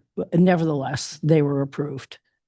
Yes, they did have a valid license. When it comes to obtaining a license through the state of California, there's not only the creation, but there's a transfer of licenses. And so the city does not really get involved in the process as far as how an applicant obtains their license and what that process looks like specifically. But we do advise the state of California based on whether or not an applicant has received approval for local authority, whether they've received that local approval to be able to proceed with an application. Thank you. And then Acting Chair, on an entirely different note, as I'm sure this commission knows, but maybe just for the benefit of the crowd, notwithstanding the stellar reputation of the applicant, I just want everyone to understand that these permits run with the land. That's why the Planning Commission is hopefully going to go into the granular details. And what I mean by that is that, of course, the current owner, if he so desired, could sell it tomorrow after getting it. That's why we kind of have to go through this process. The permits are not specific to this individual, but rather run with the land. Thank you, Acting Chair. Thank you. And it was also, and I know during the initial presentation and in the staff report, it spoke to staff's determination that a parking demand study was not necessary for this particular project. But one of the speakers brought that up again. Could you either explain that again or further expand upon it? Yeah, so in this particular case, while we do have the ability to require a parking demand analysis be required for this type of incentive,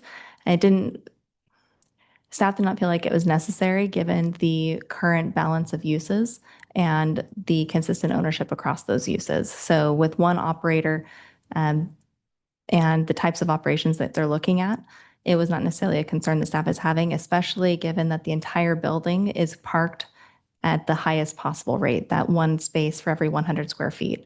So the parking rate itself is higher than what would typically be required when you're looking at these uses individually, and a large portion of the building itself is identified as storage. So you'd see that on the floor plans as well. So looking at the actual functional space that's being used for these operations, the way that their spaces are laid out, and the mix of hours of operations, staff felt like a full analysis was not necessary in this case. Okay, thank you. And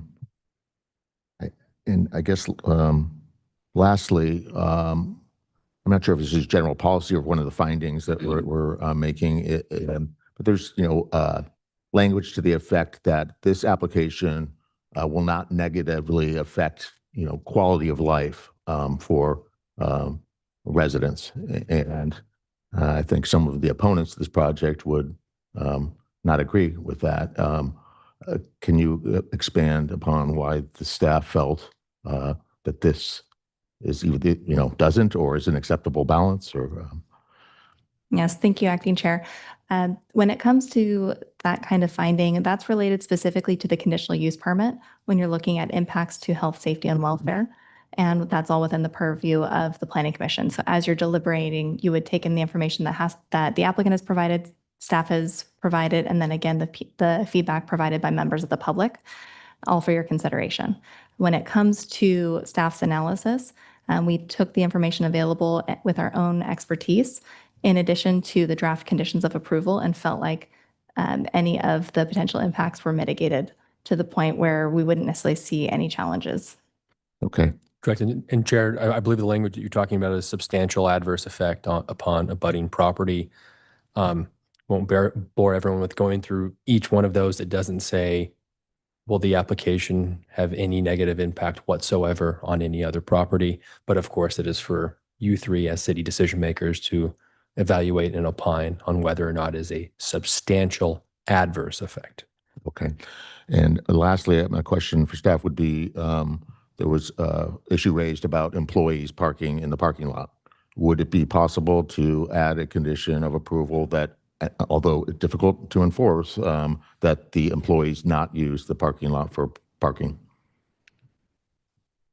So when it comes to that particular item, it is something that the Planning Commission would be allowed to condition, though staff would need additional information on where those employees would park, because that would lead to a direct impact to the public parking supply. And so that's something that we'd have to vet a little bit more as far as their intentions. And then, of course, just to add to that, we would likely need to make an exception for any ADA parking that a employee may require, such that we can't condition someone to park farther. Yeah. Okay. If I can add to that too, condition 26 in the resolution was added specifically for work-related transit use for the applicant to promote carpooling, walking, bicycling, which may include new hire orientation to inform employees of local transit options, bicycle routes and facility information, local transit information bulletin, updated at least quarterly, and commuting matching services for all employees on an annual basis and for all new employees upon hiring. Thank you, Sarah. Okay, any additional questions, fellow commissioners? Okay, I'll close the public hearing and we'll go to discussion and deliberations. Commissioner Dubin. Well, I know you guys have been waiting a long time, but unfortunately the previous operator really did a lot of damage to not only the reputation of the Seahorse, but to the entire community. And I know it's a popular place for locals. It's a unique kind of funky, cool thing. And the previous person really abused their CUP to the point where, not only the impact to the neighbors that is long lasting, but also to the community as a whole, because, we have, again, shuttered a building that, was ongoing and operational for decades, including going back to the LM&P auto parts, which I frequented a lot in my youthful years. One of the most difficult things that we deal with here is when we have commercial properties abut residential properties, and it happens all over the Glen Coast Highway corridor. That's an ongoing thing, and I know when a business is shuttered for a number of years, so it's quiet, the neighbors get used to that, and then when a new person comes along and wants to open a business there, all of a sudden everybody's freaking out because, oh, there's a new business. We're not going to have this dormant property any longer. And that's happened with a lot of frequency in Laguna Beach, because businesses come and go. We've had some situations where it's been ongoing for a decade, where a commercial space is closed and people get used to the quiet. And then when a new operator comes along, it becomes a big issue. Like, they don't want anything to happen there. So, gotta put my glasses on here. Sorry. I'm glad to see that all of the past violations and everything have been dealt with. I mean, when I saw the folder on that, it was about as thick as a encyclopedia or bigger. So there was a lot of abuse there and a lot of ill feelings and ill will that happened between the previous operator and the city and the neighbors. So I'm glad to see that's been worked out and that you've worked closely to make that happen. I feel like you're going to be a considerate neighbor and will handle, if issues arise, they'll be dealt with immediately so that we can curtail what happened in the past. I know that there's always, the starting point of these things. And then, 6 months, a year later, people start getting a little more relaxed about some of the conditions of approval and things can creep a little bit. And that's just sort of human nature, but I feel like you are not that person and that you would deal with anything, any issues that come up, or you'll keep a handle on what's going on with your conditions of approval. And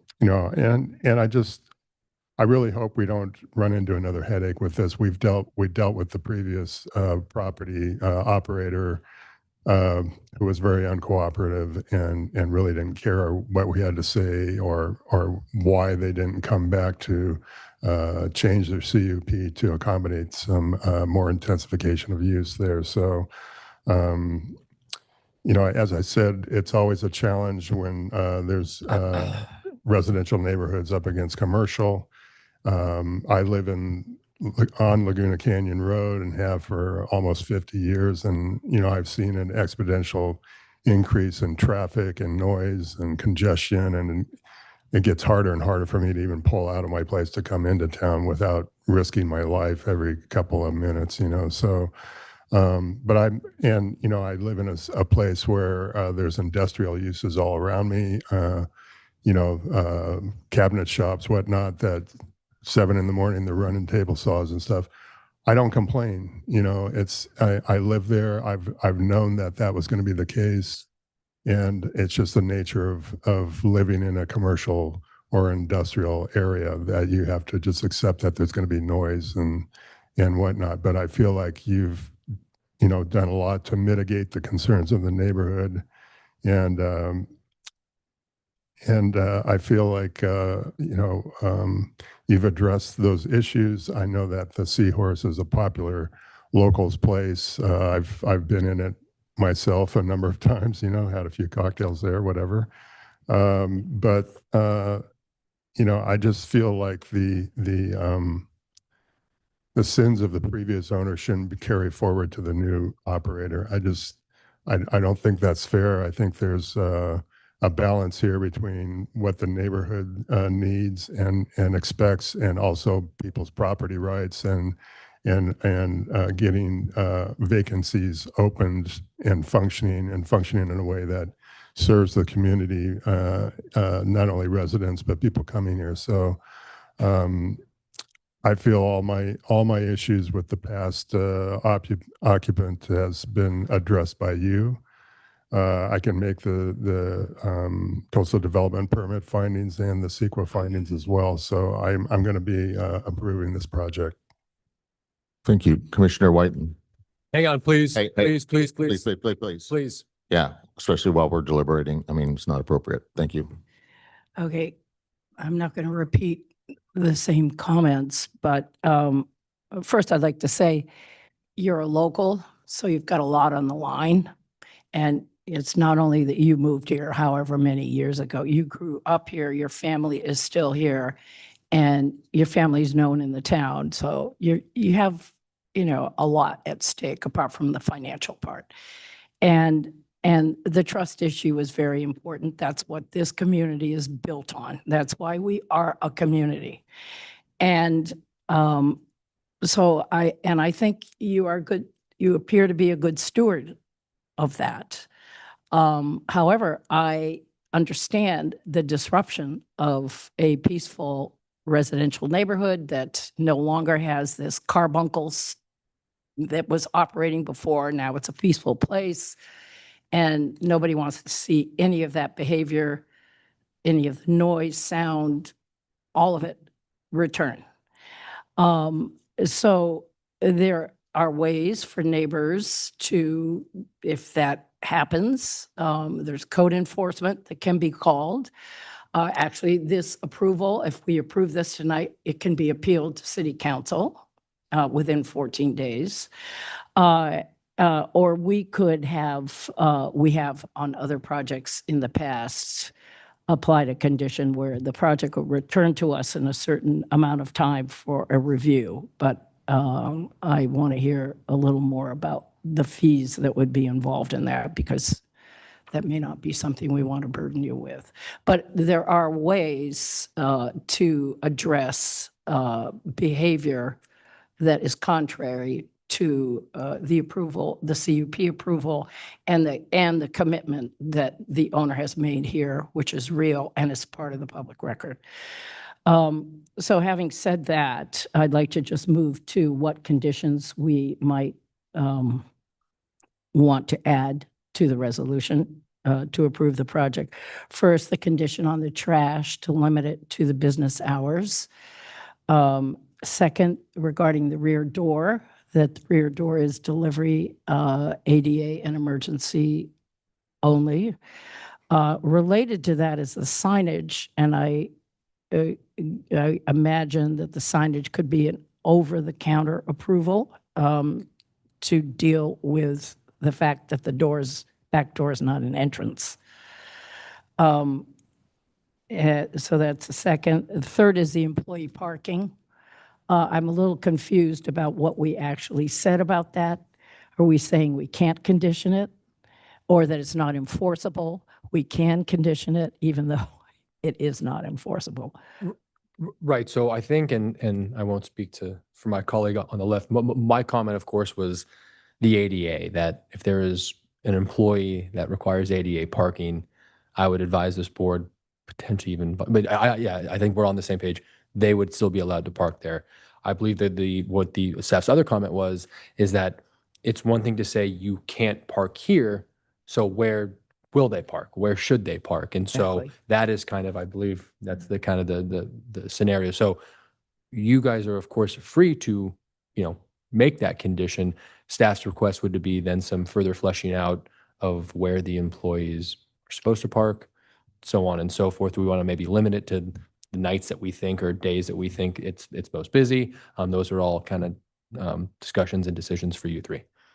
So in order to approve the project, that off-site parking would have to be identified if we conditioned employee parking off-site. So through the chair, that is something that you would have the ability to do as far as adding a condition, but I would recommend addressing what that approval authority is. Does it need to come back to the planning commission for consideration, or is it something that could be done at the director level? So identifying where that appropriate location might be. It's not something that is currently required by the code as far as parking Okay. off-site. It was something that was offered in conversations with the applicant, though it's not something that is required by our code. Okay. So we can discuss that a little further. The other issue here is the hours.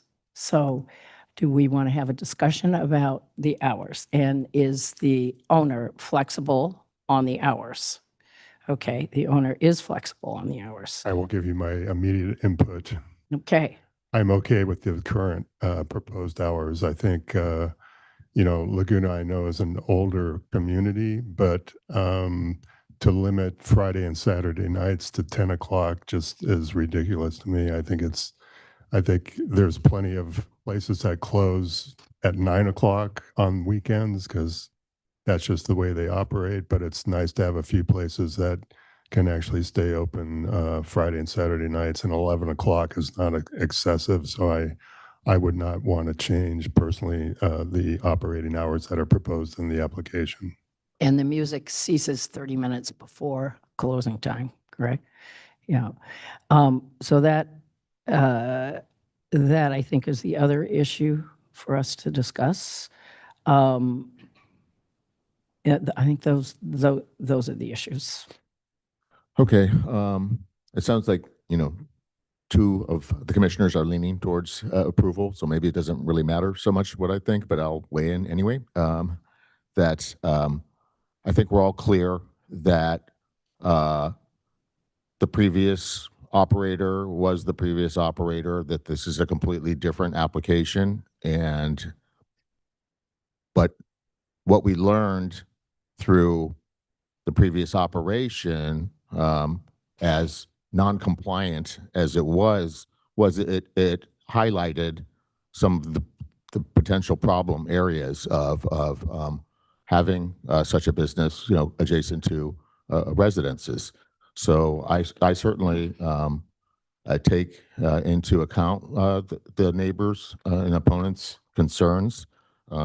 They lived through a pretty bad scene there, and so I think as I've gone through this application and spoke with the applicants, I believe they were proactive in trying to address as many of those and try to mitigate as many of those issues as possible, which I think they've done, a decent job of. And so as I look at this, I was, thinking about, what can we do as a planning commission to further, mitigate potential problems. And to me, it really seemed as though, one of the major issues was the back door entrance and people congregating and loitering in the back parking lot. So that's why I was focused on seeing what we could do to try to limit that access. When I was initially talking to the applicant, I was running through some possible ideas and said, hey, are you guys, willing to basically keep that door,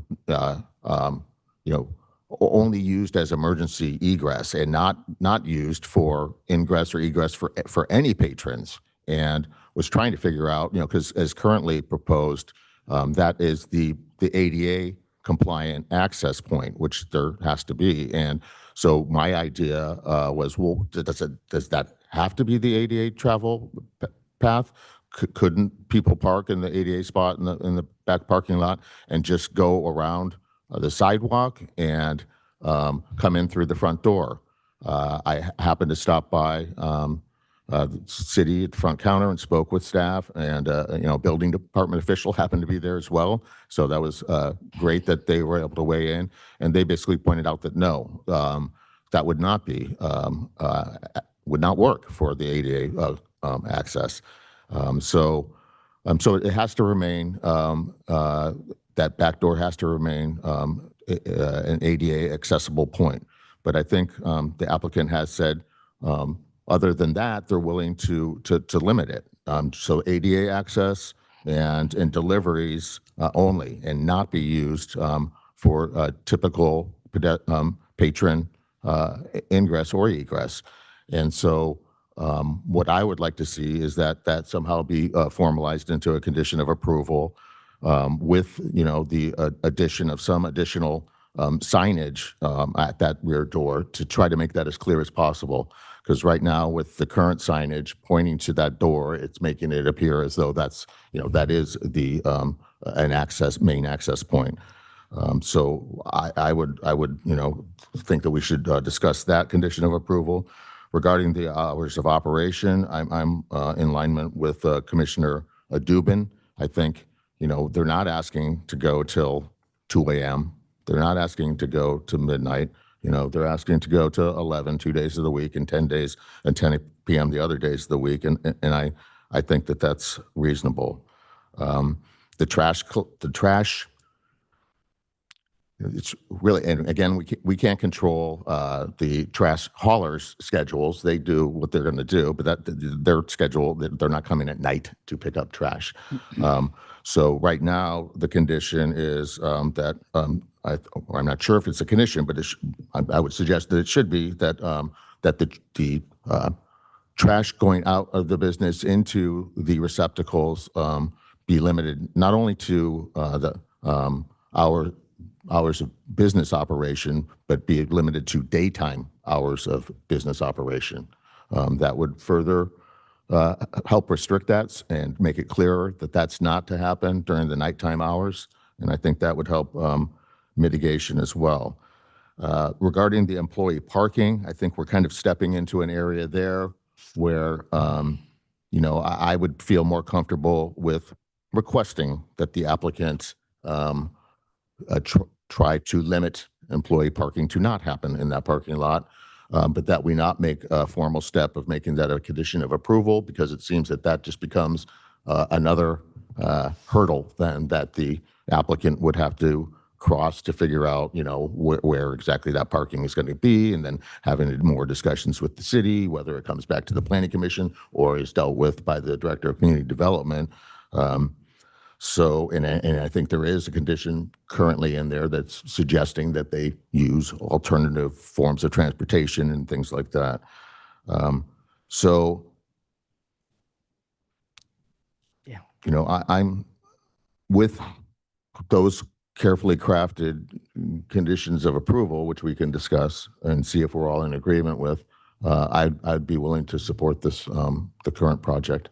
So let's have a discussion about that. It seems as though the majority of us are okay with the current proposed hours of operation. I'm good.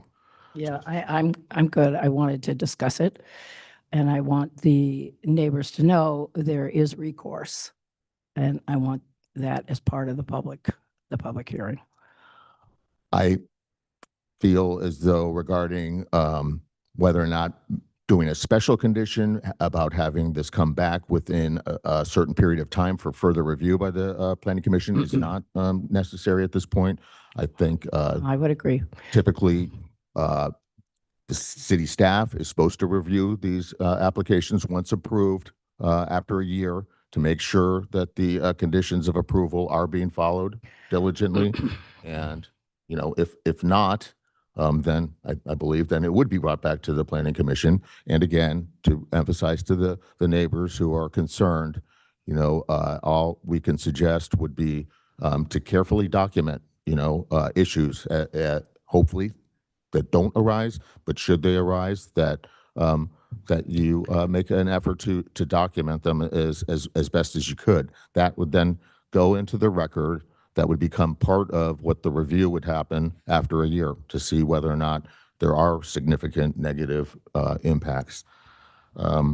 Regarding the trash situation, it sounds like everybody is definitely okay with limiting that to the hours of operation.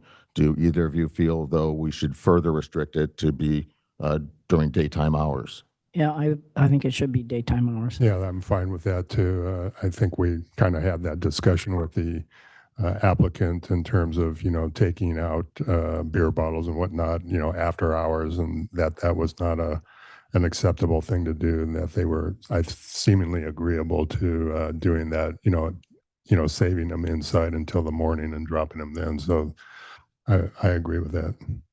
Regarding the employee parking, I don't want to muddy the waters here at all. And, you know, really, it's a much bigger problem than your two employees. It's a citywide problem. It's like, where are all these employees parking? We all know where they're parking. Right. And you can't, this project cannot solve that problem, nor should you be burdened with that. So I agree. I don't think we should pursue that any further. My only other comment is on the signage. Is the signage historic? I mean, not literally that sign, but are those the original seahorse? They've been repainted over the years, correct? Yeah. Yeah, maybe the arrow has to be changed from that to that, the other direction. Yeah, I've seen, If that's not a violation of the historic record. you know, we've all pulled up to businesses that have multiple doors, but they point people, you know, go around to the front, you know, this is not an entrance. That's pretty common practice. And I see that as being applicable to this situation too. Right. Yeah, and it would be in the same style, the same genre of signage. Yeah, that's all. Right. So I guess the last one really to discuss is that rear door and the condition of approval that we'd like to see. Yes, Pat. And sorry, Acting Chair, I just want to go back and just because it's when the planning commission says daytime hours, I think it would be ideal to articulate specific times. I obviously know what that means, but of course, in times like this, you know, we want to be as crystal clear for the operator so they know, hey, when can I go ahead and take that trash out? 4 or 5 p.m. What is it in the resolution? just during business hours. So it could be, you know, up till 11 on Friday and Saturday, correct? Yeah. Yeah, till Oh, 11. you've stipulated the daytime hours, I think, didn't you? No, just business hours. Oh, okay. So do we want to further restrict it? And if we are, then I guess what he's saying is we should be clearer than just saying daytime hours. We should pick an hour. Correct. And so one of the conditions, and this is somewhat related, talks about alcohol sales. No alcohol shall be served during the coffee shop and retail hours of 7 a.m. to 5 p.m. Okay, that's it. 7 p.m. That's to what we're 5 looking. p.m. How about, yeah, so the trash be Dealt with transported during the those hours. 7 a.m. to 5 p.m. 7 a.m. to 5 p.m. Does that all sound reasonable? Yes. Okay. And then regarding additional signage at that rear door, everybody's agreement that there should be some additional signage Right. indicating that it is only for ADA access and deliveries, and then some additional signage somehow trying to direct people towards the front entrance. I don't think that's a big issue to redirect people at all because you know, I've seen it in many other businesses. So it's just a question of proper signage with a couple of arrows pointing. And I'm willing to leave that to staff discretion. I don't think we have to craft the language of that sign. I agree. Okay. I agree. Can anybody think of anything else? And I just want to be clear that will also be for emergencies, of course, but I just Yes, want to be sure. absolutely. Always for emergency. That's all I have on my list. Yeah, it's good. Staff, are you clear on the conditions as added or modified? Yes, so we do have a few draft conditions that we can share with the group, but I also had one other item that I wanted to address with the commission today. So as far as the applications before you, we're looking at approval of each of those recommendations, each of those application numbers, with a recommendation to the city council regarding the historic parking incentive itself.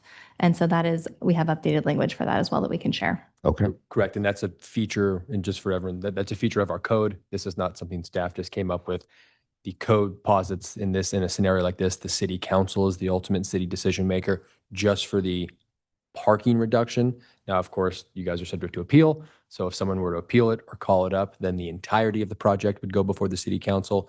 But assuming that the decision of approval stands here and there is no appeal, that parking reduction component of the project still must be taken to council for approval. Thank you, Acting Chair. Thank you. And then to clarify, if that incentive is not granted, the entire project, because it hinges on that, would also be invalid.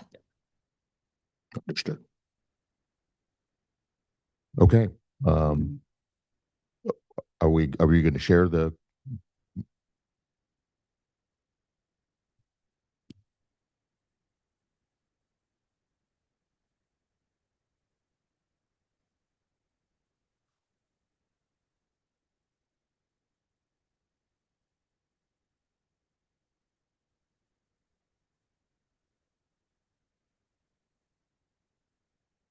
Silence is killing me.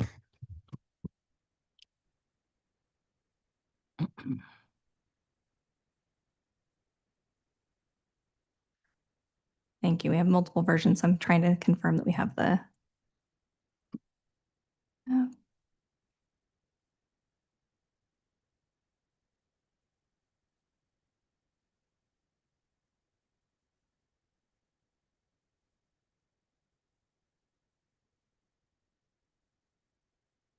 Okay, so staff has a number of conditions here that we're taking notes on as we were, as you were discussing today. So we do have some modifications here up at the top regarding condition 18. This was regarding the live entertainment modifications. So we have omitted number 18 and incorporated additional feedback into condition 20 as listed that specifically addresses the inconsistency between the hours related to live entertainment and when that would halt. So we've incorporated that into the existing condition 20. So we're looking at the live entertainment shall be limited in amplification and shall end 30 minutes prior to closing each day of the week.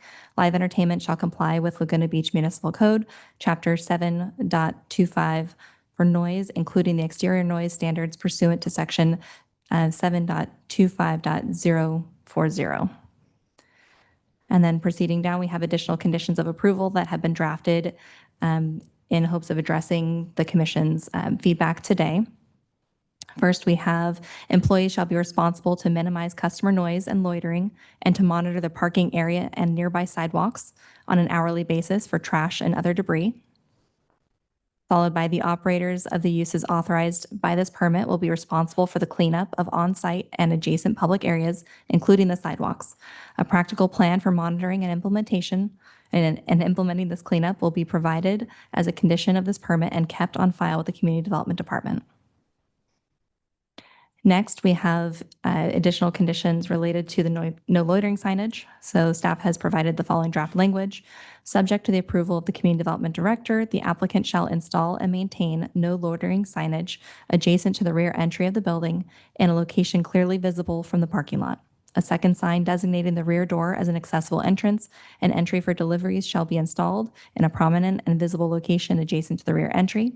This sign or an additional incidental sign shall further indicate that the general customer entrance is located on South Coast Highway. Signage shall be of durable material consistent with city standards and maintained in good condition for the life of the project. All signage shall comply with applicable provisions of the building code and any other relevant laws and regulations. Next, trash disposal shall occur only during business hours. No storage or disposal is permitted outside those hours. And then this would be further modified to reflect the business hours of the 7 a.m. to 5 p.m. that the commission was addressing most recently. Trash pickup service level shall be increased as necessary based on waste generation and dumpster or enclosure capacities. Those are the additional conditions that have been addressed or modified through this discussion. That sounds good to me. Yes. Okay. Right. All right. Would somebody like to make a motion? I'll give it a go. Adopt a resolution number 25-2265 approving conditional use permit, 25-2265 coastal development permit, 25-2267 sign permit, 25-2266, and finding said action exempt from CEQA, and that we make a recommendation to City Council for the additional parking reduction under this historic property, and inclusive of the additional conditions that we just heard. Second. A roll call, please. Commissioner Dubin? Yes. Commissioner Whiten? Yes. Acting Chair Sadler? Yes. Okay. Motion carries. The motion is approved, and there's up to 14-day right of appeal to the City Council for those who don't agree with that decision. Thank you. Thank you all for showing up on a Friday morning.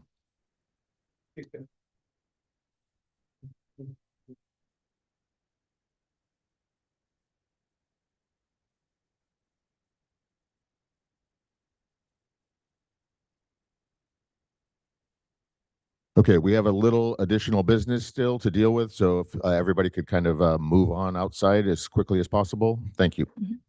Hey, good job.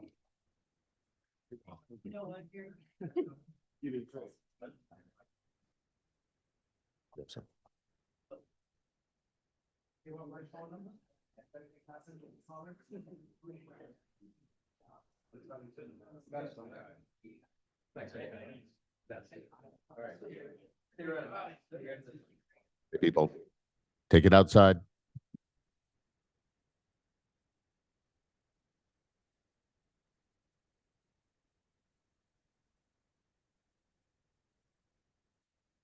There's still a meeting going on. Yeah, come on, people. Move on. Take it Outdoors is a outside, good please. place to be. It's really Beautiful- nice outside. Nice Beautiful and sunny. day. Nicer out there than it is in. Yeah. There's good coffee at the Seahorse. Get over there. Lake Coffee's open now too.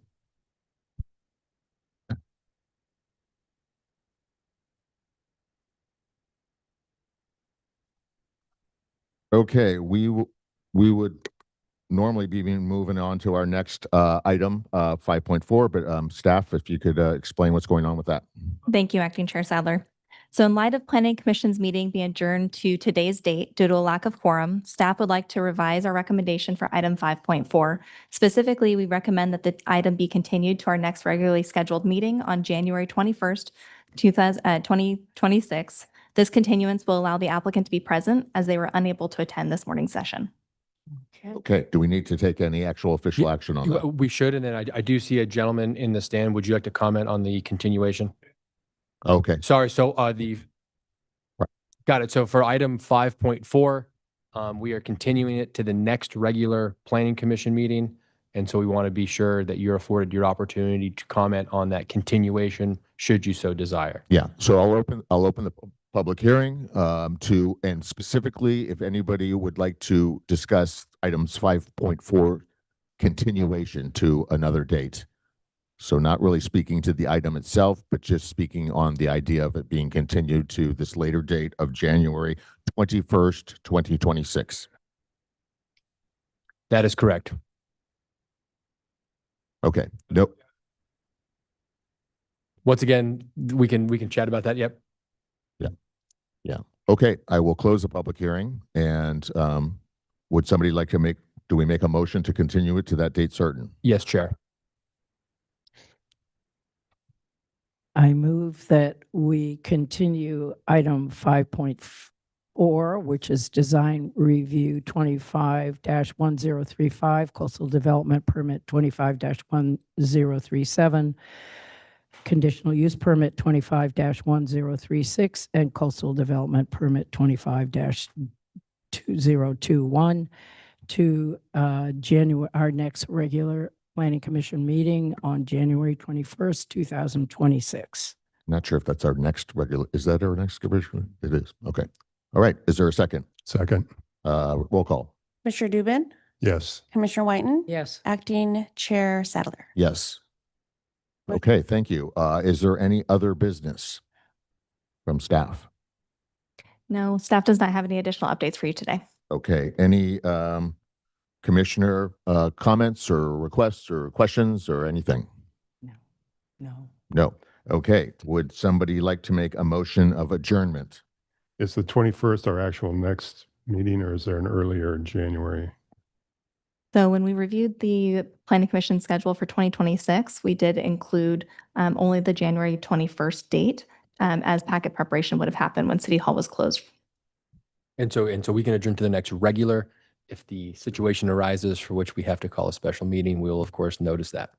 Okay, so I move we adjourn to the next regular meeting of the Planning Commission on January 21st, 2026. Second. Roll call. Commissioner Dubin, Yes. Commissioner Whiten, Yes. Acting Chair Sadler. Yes, we are officially adjourned. Thank you.